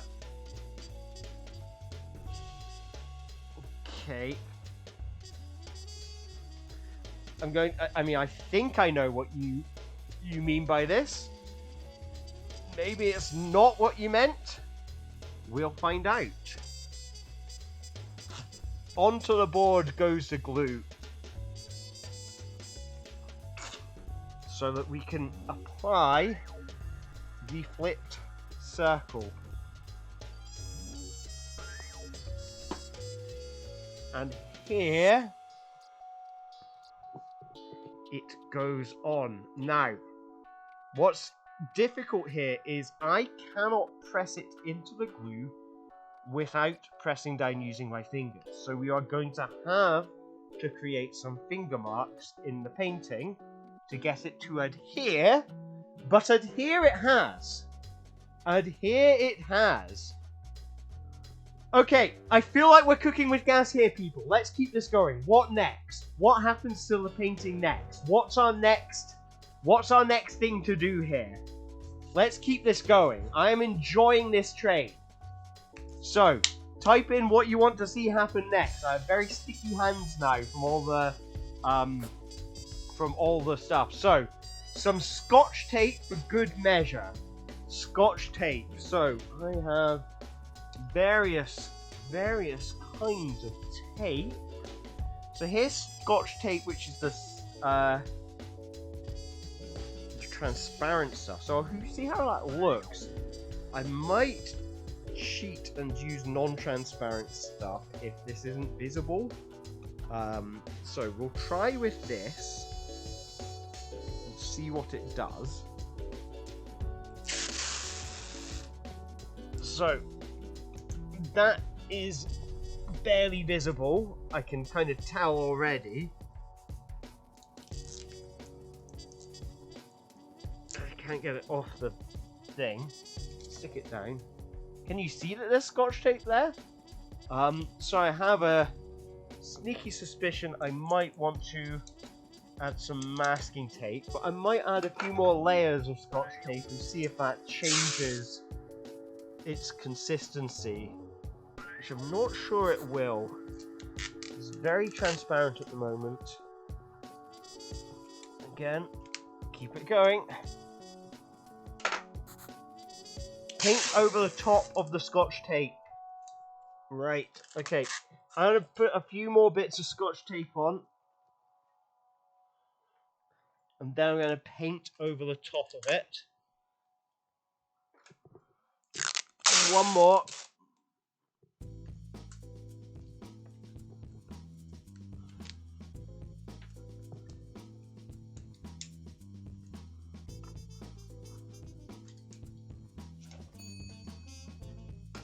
And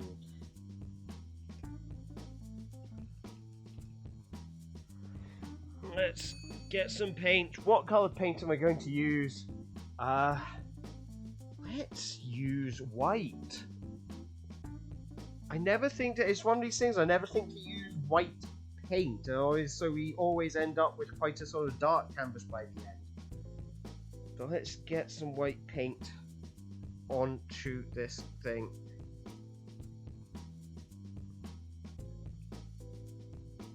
So let's paint the Scotch tape. Oh, that's quite interesting, the streaks that you get in it. That's quite interesting.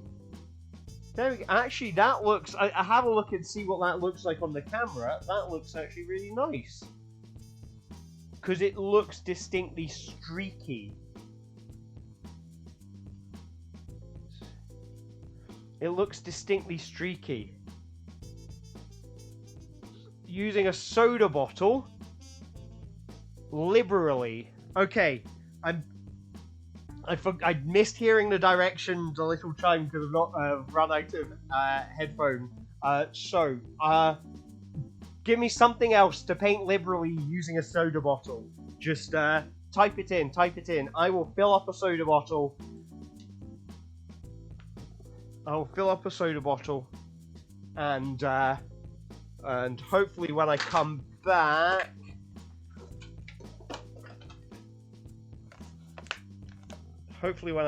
I'll be able to see something on the screen. Crossing my fingers, blowing into this bottle, and then filling it up with paint. So there's a ton of paint in there, and then let's fill this up with water and shake, shake, shake, shake, shake, shake, shake the bottle, shake the bottle, shake, shake, shake, shake, shake, shake. Okay, so a squiggly worm.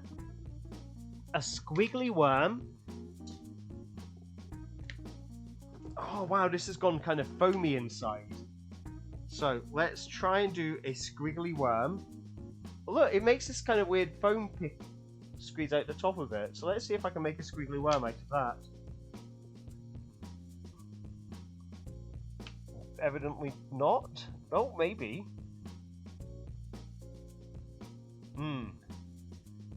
I mean, it's interesting, so I don't care that it's not ending up like a squiggly worm. That's really quite interesting what's going on there. I love the way that foam just kind of drips down. So I'm just going to keep on doing this because he said liberally. Let's do it as long as we have foam. Maybe I'm going to try some different colours of foam. Going to add some pink in here as well.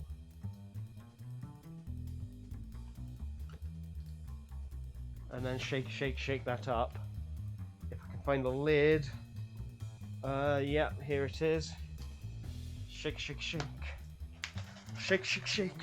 Shake the lid. Oh, it's gone purple. Look at that. Shake, shake, shake. Shake, shake, shake. Shake the paint bottle. Shake the, and we've got some foam. We've got foam, purple foam.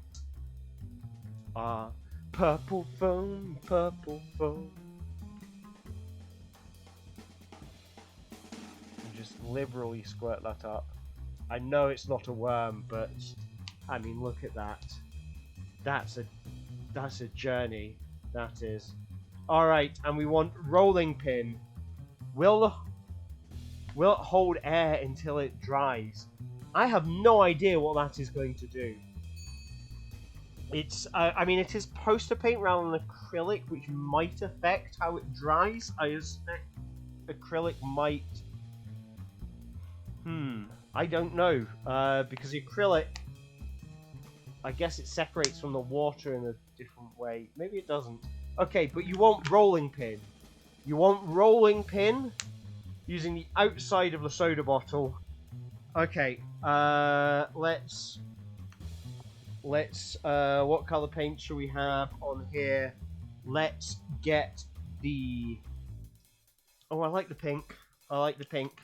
So let's get a nice smear of neon pink on here. Here is our pinky roller, and we're going to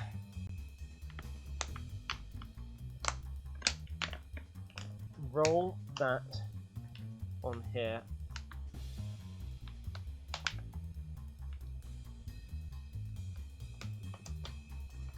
There we go. Okay, okay, this is interesting. That's a really interesting kind of... It's almost like we've made a hieroglyphic or something like that. Like, that could be a representation of the number 3 in some language. Or something like that. It's like, I kind of like that. So, conservatively, douse the painting with bottle liquid. But you want me to do it conservatively. So, okay. Let's get a different color in here. Let's fill the bottle with a different color. Oh, that purple, that is proper kind of... It's like Grimace from McDonald's. That color purple. Right, I'm getting the green fluorescent paint.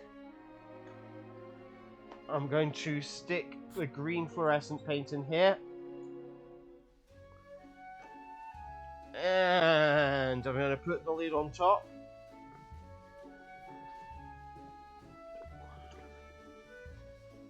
And on goes the lid. I'm going to shake, shake, shake. Shake it to wake it. Try and make some foam. Painty, painty foam. And I'm going to conservatively douse the painting with bottle liquid. So conservatively kind of suggests we want to, like, add some character to the hoodie. Right. Add some character to the hoodie. I'm assuming you mean my hoodie. So how do I... Okay. This should be nice and foamy now. Oh, okay. There's some kind of vapor coming out of that. That's weird. But here it is. There's the foam. So, I'm going to douse the painting in the foam. I'm going to do it conservatively. What does that mean? Maybe that just means a little bit at a time. A little bit at a time. That's how I'm going to do this conservatively. But that foam is interesting. I'm going to be very curious how that dries. So this is the neon green paint I put in there. And it's interesting how it looks kind of distinctly white. Sorry, not white, just it doesn't look as neon to you as it does to me, unfortunately. But it looks, I mean, it looks like kind of white foam, which is weird because it's water. It shouldn't have a color, but you can see it's a shame you can't see it. It looks more neon with my 2 eyes as opposed to the camera. But let's douse it with the whole thing. Let's try and get all that foam on there. And, oh, there we go. We went from foam into liquid. And we'll see how that dries. Add some foam behind the circle. Add some character to the hoodie. Right, I wonder if I can shake this up again and make some new foam. There. Great to see you too, Black Doom. Thank you very much for coming along. Thank you for joining in. This has been a lot of fun. It's been a pleasure to have you as always.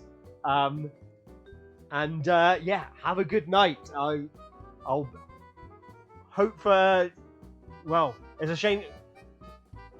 I will send you a link to the VOD afterwards so you can see how it turned out by the end and you can see all the close-ups. Because after this is done, what I'm going to do is I'm going to, like, you know, as always, take the camera around so you can see it in close-up. So let's add some foam behind the circle.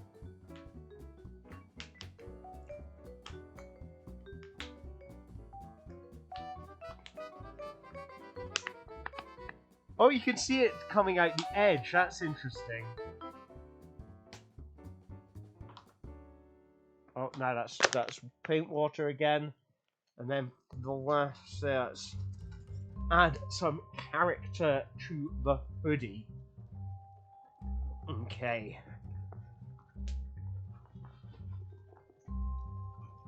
Here it comes. Let's make some foam. Making foam. Making foam. Making foam. Hope you don't get FOMO from all this foam. There we go. Let's squeeze a big thing of foam out. Oh, I like how that just kind of drizzles out. I like how you can see it's kind of coming out the back. There's like different layers to this. And as it's... The foam, I just want to show you, it's disappearing down there. So there's a bit that's disappearing out there, and there's a bit that's coming out of here. And that's really interesting. I don't know what causes that. I guess there's some that goes on the top and some that goes on the bottom. So it's like, it's almost like it's bleeding green.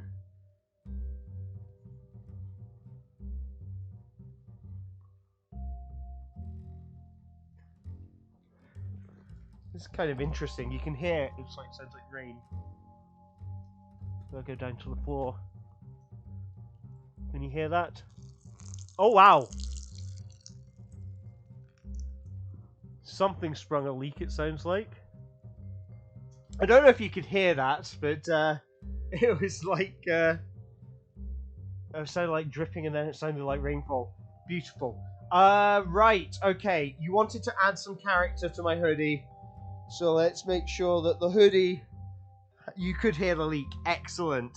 So yeah, I mean, I'll pan the camera. I'll show you the camera later, but we need to add some personality to the hoodie. The hoodie needs to be like, needs some remnant of the experience. I'll show you my leg afterwards because I've been using my trouser leg to dry my brushes on. I kind of like the idea that each painting leaves a mark on whatever clothes I'm wearing when I do it. Like, if I wear the same tracksuit bottoms every time, then the tracksuit bottoms are part of the story. However, what we wanted is we wanted some of the story to get added to the hoodie. So let's add some of the story to the hoodie now. So I think this part of the hoodie is largely unmarked. So let's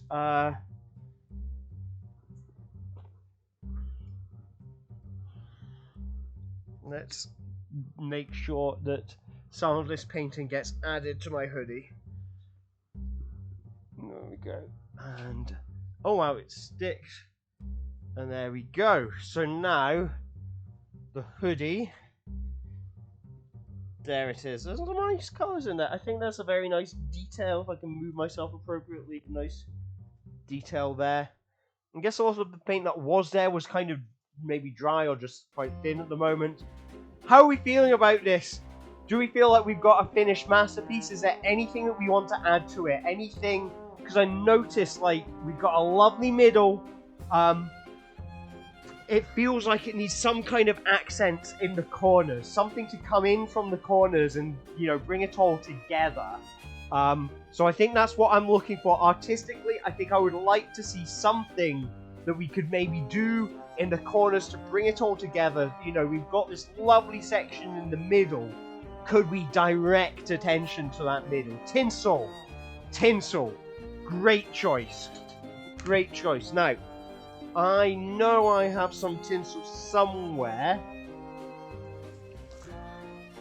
Here's a little bit of tinsel, because I was using some to decorate a Secret Santa gift the other day. So, I have some offcuts. I also have a Christmas tree covered in offcuts, and actually I have another thing of tinsel through my bedroom which I can use. So let's use lots of tinsel. Let's go for it. Tinsel, tinsel. How much tinsel to use, how to attach it. Oh, that's actually, I kind of like it sort of pointing towards the middle. Is it an edge?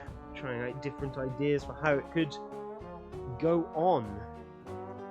Is it like a corner thing? Or is it... I know what it's going to be. It's going to be little flecks of it. Like, let's get the glue up. I think that's the right thing to do, is get the glue up. So we've got a nice big dollop of PVA glue. We're going to cut it into little bits so we can make a little clump of tinsel rather than it have to be a line.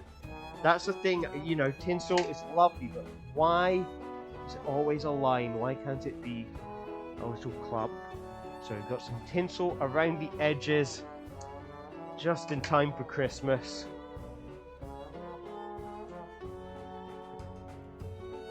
ding, ding, ding, ding, ding, ding, ding, ding, ding, ding, ding.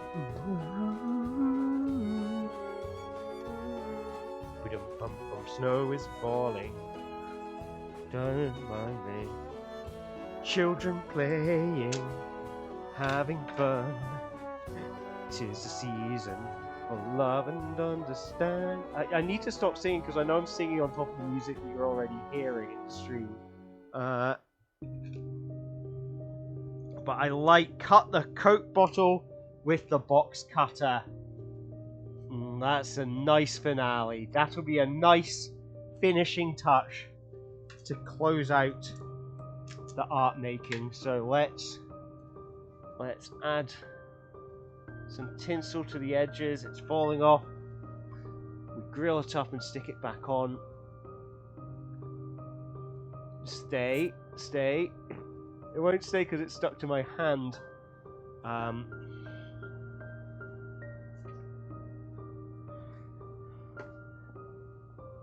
So put some down there. Ooh, the tinsel's looking nice. But we can go better. We can go better because I have red tinsel as well. I just need to cut it off the Christmas tree. I've got some up on the Christmas tree at the moment. So I'm gonna cut a bit of that tinsel off so we can use it. This is just a nice little accent. Just tip. I think it just adds a bit of variety colour-wise. If we add in a little bit of red as well as the silver, because the silver looks a lot like white, so we want a bit of variety in there.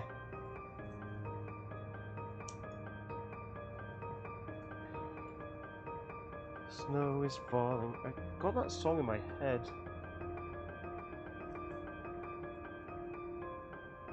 I was at a Christmas party recently, so I think that's the last thing they played at the end of the night, so that's probably why it's in my head.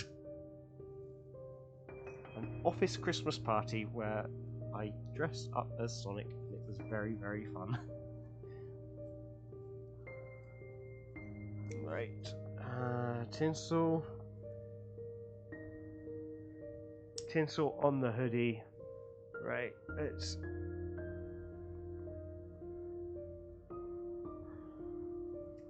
There we go, some bits of tinsel. You want some tinsel on my hoodie?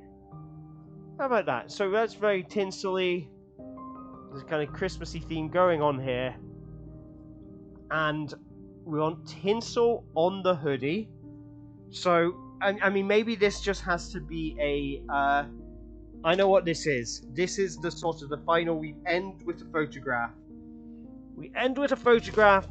I'm going to have to be very careful stepping into my bedroom to get more tinsel because my feet are covered in paint and the bedroom has carpet floor which does not clean up so easily. So, there we go. I made it by stepping inside a pair of shoes briefly. There we go. Okay, magic. Tinsel on the hoodie.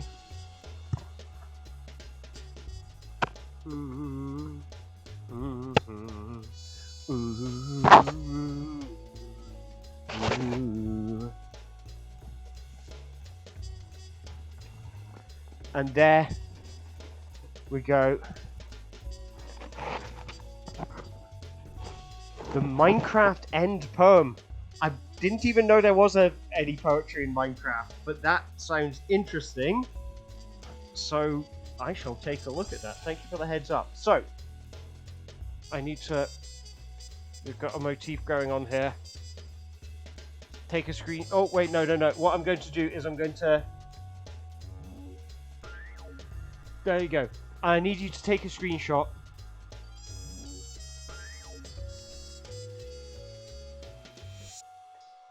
Let me know when you've done it, and it can be a thing. I mean, I can always go back and take a still, but it's like, so this is going to be like kind of Gilbert and George. They took photographs of themselves. I'm going to be like, that's the halo. And it's like I'm a saint.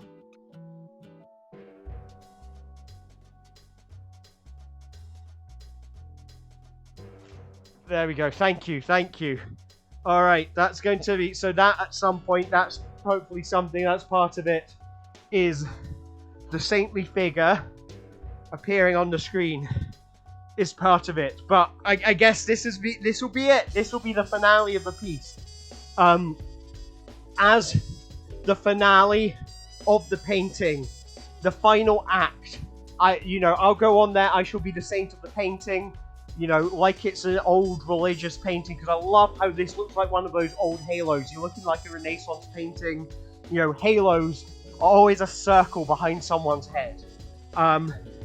So that's what I'm going to do. So this is not just a painting.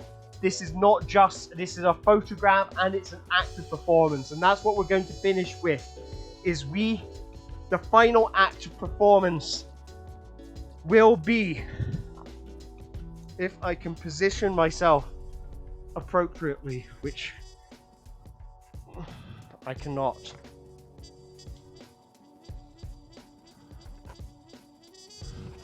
This is really hard to position myself because where the legs of the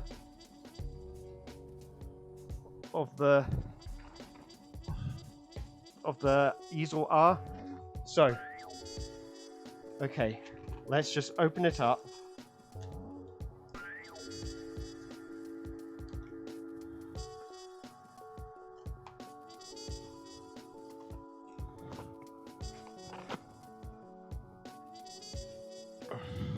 I'll try to position myself somewhere while it's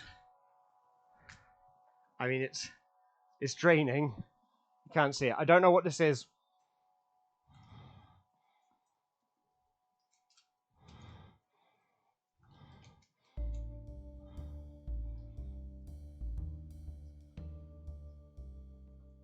I don't know what it is. It's an act of performance art.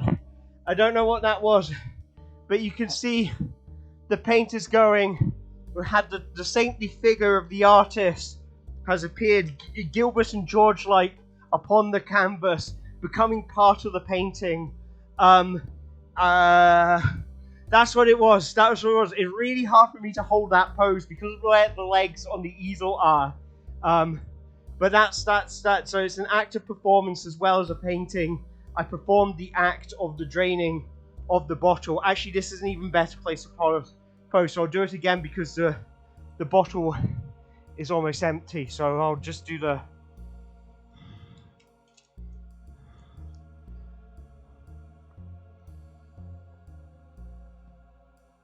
I have no idea what it is. It's an act of performance art. That's what it is. It's an act of performance art, and somewhere during the photo there is the perfect still was created that represents the sum total of the art we created today. I think we've done it, friends. I think we've made it. We've made a beautiful painting.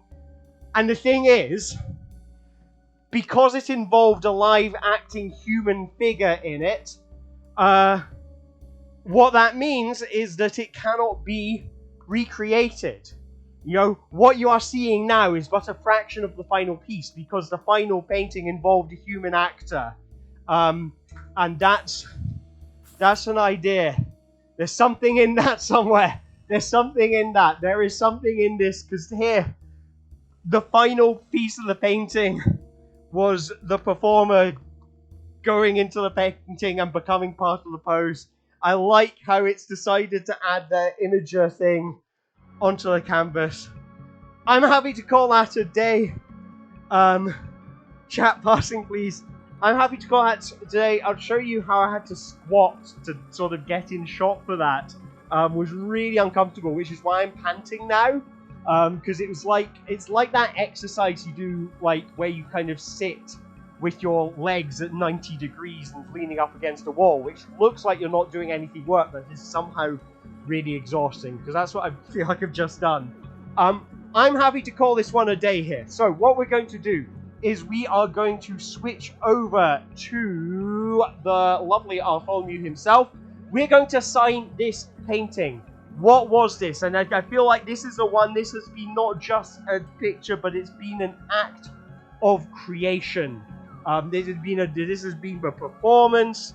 This is a performance piece. It is a painting that involves a live human, and that is genuinely making me think of stuff that you could actually do, like, as a painting, is paintings that don't make sense without an actual live human being to participate in them. Because in a way, compositionally, this is now, and maybe it wasn't an empty space until I sat in front of it, but now, having sat in front of it and posed as part of the picture, I feel like this is an empty space now.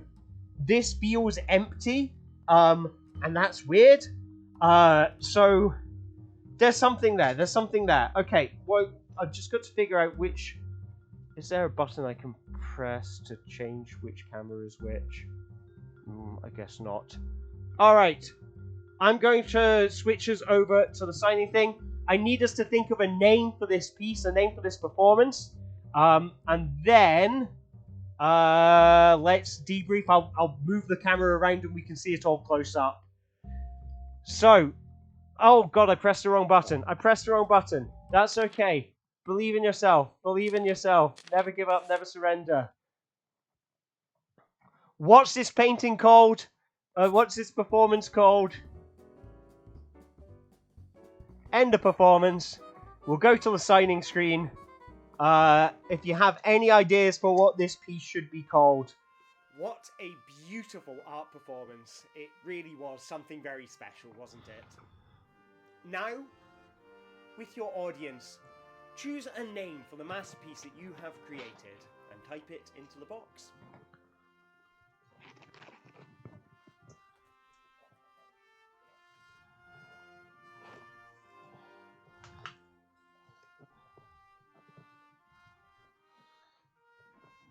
So, thoughts for the title. I feel like there has to be something Christmas involved. There was a kind of like saintly figure appearing at the end, shrouded by a halo of paint. It's almost like the Saint of Christmas. I have no idea what it is, but it's beautiful. Now honestly, that's the vibe I'm trying to go for with all of these. Like, that's the end goal. If there's anything that I want people to come away with from my streams, that is the kind of quote I would want them to hear from them. So that's I don't know what it is, but it's beautiful. God, something saintly. There's something about the green bottles. There's something about the circle being cut out a bit. The composition. We had a dead cat and a living cat earlier. There's almost something because that's like Schrodinger. We had a kind of Schrodinger's cat situation. I have no idea what this is, but it's beautiful. Christmas edition. We began with Schrodinger's cat, a living cat and a dead cat. There's something to do with the unfathomability of existence in there. Maybe that's it. No, maybe that is this. We've had some quite deep stuff going on because we lived out the life through Atletis.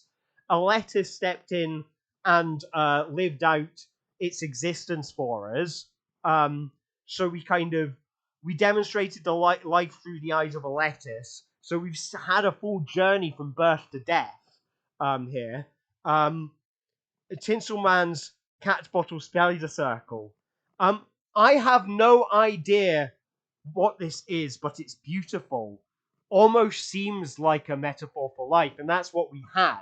We had the life and death of the cat. We had the cat alive, the cat dead. The kind of the existential dread from knowing the nonsensical nature of the universe. But at the end of the day, we created life. We sent a lettuce on a journey. We drained the blood. We drained the green blood from the Coke bottle. I don't know. That feels like it's got something to do. There's something visceral about that. I quite lettuce remember. Well done. Okay, that's very good. I like lettuce remember. Honestly, the more I think about it, I don't know what this is, but it's beautiful. Not just as a description of the artwork, but as a as an idea for what life is about, what, as a kind of, because we went through this existential journey, and so to come at the end of it and say, I don't know what happened, I don't know what that life was, but it was beautiful, feels like such a moving statement to make. So I have no idea. I think I'm going to go for it. I have no idea what this is, but it's beautiful.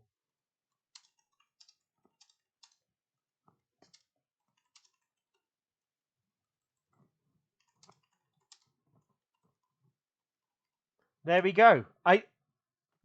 Yeah, as a lesson for life. Let's hear it. Let's have a round of applause. But I have no idea what this is, but it's beautiful.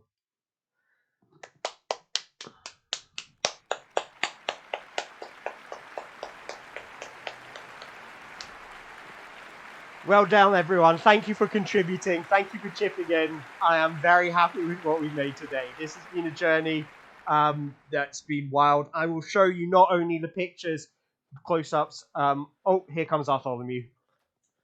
Well, that was some experience. Before you move on to your next challenge, why not take some time to talk with your audience about how this experience was for them? What did they enjoy? What did they take away from it? And of course, those same questions to you yourself, the streamer. How do you feel after performing this piece? So here we go, and there I am on camera, adorned in my Christmas finery. I'm going to take the camera down so we can have a roam around with it. But yeah, let me know, what was this like for you, and what are your favorite bits of the painting? I think that's an important, I think I kind of want to hear, because I feel like that really came together in the end, and I love the composition of this. I love the circle as a kind of symmetric thing in the middle of it. And it's almost like we have. This is why it kind of felt faintly religious to me, because it's almost like it is surrounded by its influences. It's almost like it's surround the circle is some has a kind of, I mean, circles, they are quite a potent shape, because circles imply a certain kind of level of perfection or something. So we've got this kind of art god circle in the middle, which is somehow detached from the rest of the painting, and it is surrounded by its apostles. It's got the bottles, it's got the two bottles, the one that is live, the one that has been drained, the one that is full of the green, and the one that wears the green upon its skin. The Pineapple Man. You like the Pineapple Man? Excellent, thank you. The Pineapple Man was a bit of a struggle to find, and so when I finally did find a way to paint the Pineapple Man, I felt really satisfied about it. So here he is upside down right now. Um, Here he is upside down. Let's get some close-ups and take it around. We've got the peanut butter guy, another one of the apostles of the mighty circle. So there is a kind of there is something strangely religious about this.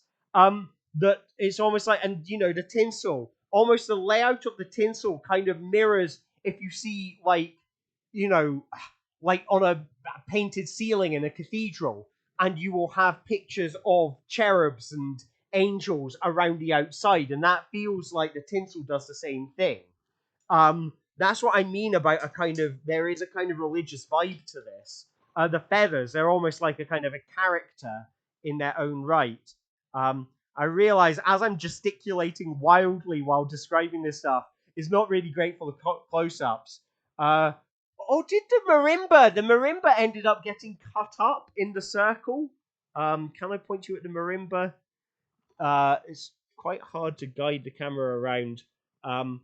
If any of you are on Twitter, if you've not been to one of these before, I always take the camera around to do close-ups of the painting after the stream. So maybe that's going to be the best way to see close-up bits of it. But hopefully this should give you a bit of a feel for how it's looked from different angles. Obviously, I'll be able to move the light around. This is really hard to do. I am. It is quite hard to figure out how to point this camera at the canvas so you can see it all. But there we go, all the different bits. I do quite like the feathers. They are very nice. Also, it's back to front, I think. Is it back to front? I think it is back to front now. I can't remember. It's still even got the remnants of the fire. That was a really early thing. The paintbrushes fell off. You may be wondering what happened to our lettuce of life. There it is. There. That is the lettuce of life on the floor. I've got a lot of cleaning up to do as always, but a cleverly placed towel saves me some of the work. This is an interesting splodge. As the coloured foam was dripping down, we started to get kind of, it would be in various like colours, almost like marble or something. So what else can I see on here that I really like? We've got the bubbles are starting to pop. And unfortunately, they're not really leaving behind. Maybe I have to be very delicate, and if they might dry with visible bubbling, it's hard. I don't think the camera wants to focus that close. I'll take photos with my phone so you can see it all. So I'll just stick that there, and then you can see me well. There we go. Yeah, I have really enjoyed doing this one. I've really enjoyed it, and I feel like this really came up and came together in the end. Like, it was almost like something very special started to happen right at the end, and we just suddenly started cooking with the. I think once we started cutting it up and turning it upside down and that was kind of like, I don't know, it gave it this kind of composition. Like, there was now this kind of central feature. Whereas before, as a canvas, it had seemed kind of flat. Like, there wasn't a sort of central focus. And now, cutting the circle out gave us a central thing in the middle of the picture to focus on. And it was kind of like, oh, this has come together compositionally. You know, this isn't just a series of unrelated splotches, but this is a composition with a sort of a middle part and these kind of outer parts. So it has a kind of structure to it, which is interesting. I mean, I feel like we found that spontaneously. I think it was Dennis who suggested we cut that open, and that was a really nice suggestion. I'll be honest, once I started painting over a bunch of stuff with when I was putting my vision of the future, which was grey cubes, I was a little worried about the fact that I was painting over a bunch of stuff that people had liked, like the Happy Cat. I think I kind of personally like because I always regard this as quite a sort of throwaway thing, like in that anything that gets added to the canvas could be painted over at any point, and that's the point of it. You know, nothing on the painting should be permanent until the stream has ended. Everything that goes up is a candidate for being destroyed at some point. To me, that's an important part of the painting process. But it's funny, as I was painting over it, it was like, I did genuinely feel bad about that, about painting over the cat and things like that, because it's like, oh, people like this stuff. What if people really like the cat and I'm making it worse now by getting rid of their cat? Which is why I think I said on camera, if you want the cat back, just type it into chat, because I was like, oh, I feel really bad about painting over the cat. Which is funny, because, like, to me, on my own, the idea of, yeah, everything is temporary. Everything is temporary until we end the challenge. Everything is temporary. And I can live by that on my own. But when there's other people I'm joining in with, then I start to worry if I am ruining other people's stuff and I'm ruining their bits. And it's actually something that's come up in clown training classes. I was doing a clown course a couple of weeks ago. And something that has come up in that a few times for me has been this sense that, you know, in solo, I'm very happy and comfortable and can take big risks. When I'm working with other performers, when I'm performing a group thing with other clowns, I get very worried about that I'm going to step on their feet, that I'm going to ruin the thing that they were building up to, or that that I didn't give them an opportunity to, you know, get into whatever idea that they were exploring, or, you know, I was too forceful about leading the bit or whatever. It's weird, that sort of sense that, like, even though in my head I know the way it's supposed to be, this is all temporary, that everything is a candidate for destruction, and that's fine. Knowing that there's other people in this experience with me, and they don't necessarily have that same perspective, they've not necessarily gone in with that same perspective that I have, it makes me worry about that in a different way. But I think it's all turned good, because that destruction ended up kind of validating more destruction, because now there was nothing there to cut off. It was fine to cut this over. I always like the 3D bits that end up on paintings, so you can see what I'm gesticulating at. So things like the peanut butter. Peanut butter is a fantastic medium to work with. Peanut butter is like Marmite 2.0. I've really enjoyed painting with Marmite in the past, but painting with peanut butter is like, because it's a structure to it. It's like, it's sculptural. You can sculpt it like cement. So that's really nice to work with. But also you get those nuts in there. You get the crunchy nuts in there, which add an element of unpredictability to it. There is a certain amount of the peanut butter that you just can't control.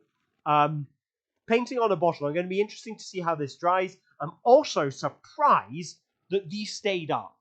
I was fully expecting that glass bottle to come falling to the ground and smash, and now be like, God damn it, why did I decide to do this barefoot? It did fall to the ground once, and it did not smash. So that's nice. The question is, how willing am I to take that risk? Am I just leaving it here? I'm going to hear it falling in the middle of the night. I'm going to hear it falling off from here and smashing on the ground. So I might need to, while it's drying, put something on the floor to catch any falling bottles. Yeah. This was very performancey. I think, like, cutting open the bottle and letting the water drain out was very performancey. I find that really interesting, because that's what says this performance. This is a live stream. We are not making a static painting. We are making a live stream, and the image will look different at different points in it, and that's the art. To me, this is the way I've always looked at it.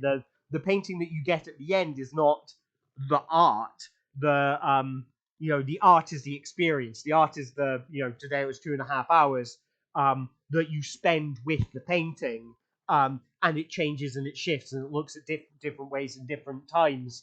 And like cutting open the bottle was a really good example of that. But also the putting the foam, the colored paint foam, squirting it onto the canvas and watching it drop it down and having that move, and knowing that it would only be moving like that, like it moves very differently as the moment I squeeze it on there to when you leave it for a few seconds and you watch it drip down, and then how it's dripping down, that is going to change over the course of 5 minutes, 10 minutes, half an hour. Like now, you wouldn't even know that the foam was there, but that's part of the journey that we all know about. That you saw it, I saw it. Anyone who looks at this afterwards, anyone who looks at the photos on Twitter or whatever, they're gonna have missed that bit. They weren't there for it, and they, maybe they can watch back the video and they can see it there. But having been there and having caused it, having encouraged it, having gone, oh, do it over there now, do it with a different color, I want more of it, all of those things that, that you get to do on the live stream, you get a very different experience when you're live. So, yeah, I think the long and the short of it is I'm very, very happy with this painting, because I feel like we went on a journey. I feel like it was an adventure, and it came alive. It's found its shape. It found action, and in a way, that's why I wanted to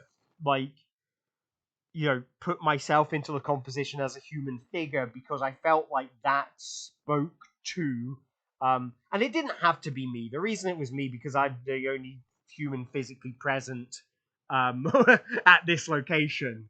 But it wasn't really about it being me. It was just about it being a human figure, because you put a human figure in this thing, which is a happening. It is an event rather than a static image. And then you freeze frame that human. You try to get that human to be still. And there's an interesting thing going on there with, like, that you're making the human being act like a painting.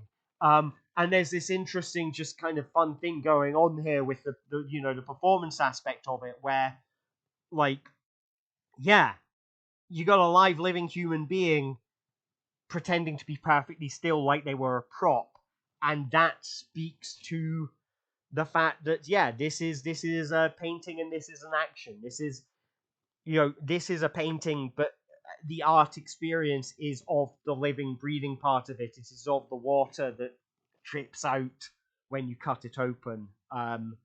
It's not the finished bottle as it is now. And to me, that says that's performance. That's performance art. That's like, I'm not a performance art expert. I'm not going to say I'm not a performance artist, because I think, if the main thing of being an artist is saying you're an artist, you don't have to go to art school to be an artist, and I did not go to art school. Maybe you can tell by my craftsmanship that I did not go to art school. But I feel like this was performance art, so I feel very, very happy with this. I feel like we genuinely made a live, living performance. And yeah. So, thank you very much for coming along, everyone. I think I'm going to rest and then wash up for a bit. I've got a lot of tidying to do. There is a lot of mess on the floor. I am enjoying being tinsely, so I may leave the tinsel on while I am cleaning, just because it's fun to be the tinsel man. What I am planning to do is sometime next weekend. So it'll be Friday, Saturday, or Sunday. I haven't decided yet, but sometime next weekend I'm going to come back. I'm going to do the thing of screenwriting, because I really like the screenwriting. I'll be kind of keen to do that again. I really enjoy that one. It's one that's relatively new that I don't feel like I've done as many times as the others. So I want to keep on playing around with that and trying different formats. So what I might do for that is do screenwriting, but do like 30-minute chunks where over the 30 minutes we come up with an idea for one film, and then we reset everything and do it again another 30 minutes, to encourage us to come up with different stories and see how that plays out. And maybe once we've done a few of those, I might end up going, you know what? Let's do a 2-hour story or something like that. So yeah, I'd definitely like to do screenwriting. If I can, I would like to fit in a dancing stream before Christmas, because I do enjoy the dancing. It's good. It's good cardio. Yeah, so that's what's on the plan. So keep an eye out, because I think next weekend, Friday, Saturday, or Sunday, I'm going to be doing another stream. So probably going to be screenwriting. And if I have the time and opportunity to do 2 streams, I'll probably do a dancing stream as well. So do keep an eye out. When I take photos of this, they will go out on my Twitter at AGHerson. So exactly the same username as I use here on Twitch. So if you want to see the photos, keep your eyes peeled. They will appear on that Twitter feed. As always, thank you so much, everyone who's come along, everyone who's pitched in, everyone who's joined in with this. I feel like we created something really special today. And I mean, if you've been to my streams before, you already know this. This is a collaborative experience, and none of what we created today would have been possible with the combined efforts of every single one of us. So we've all been fantastic artists. We have all made something really special happen. So thank you very much for all of you for making fantastic art. I feel like we've done a really good job today. Yeah, so look after yourselves, look after each other. I look forward to seeing you again for the next stream, and have yourselves a great week. Enjoy the rest of the weekend. All right, bye everyone. Bye-bye. Oh wait, we should raid. Because there's a charity stream going on at the moment, and I want to raid them, so we're going to raid that. So let's go Power Up with Pride. Here we go. Power Up with Pride. Let's raid them because they're an awesome charity stream. They are raising money right now for the Trevor Project. So that is a charity helping LGBT plus youth. Yes, they're raising money, charity live streaming event, doing speed running. I'm sure you all know that I love speedrunning. It fascinates me to no end. So I hope you enjoy watching speedruns. They're about to start streaming Metroid Fusion, I believe. So if you want to see a speedrun of that, that is where to go. And I shall start raiding now. So cheerio, everyone. Have yourselves a lovely day. It says raid in 5, 4, 3, 2, 1. Raid now. All right. Bye, everyone.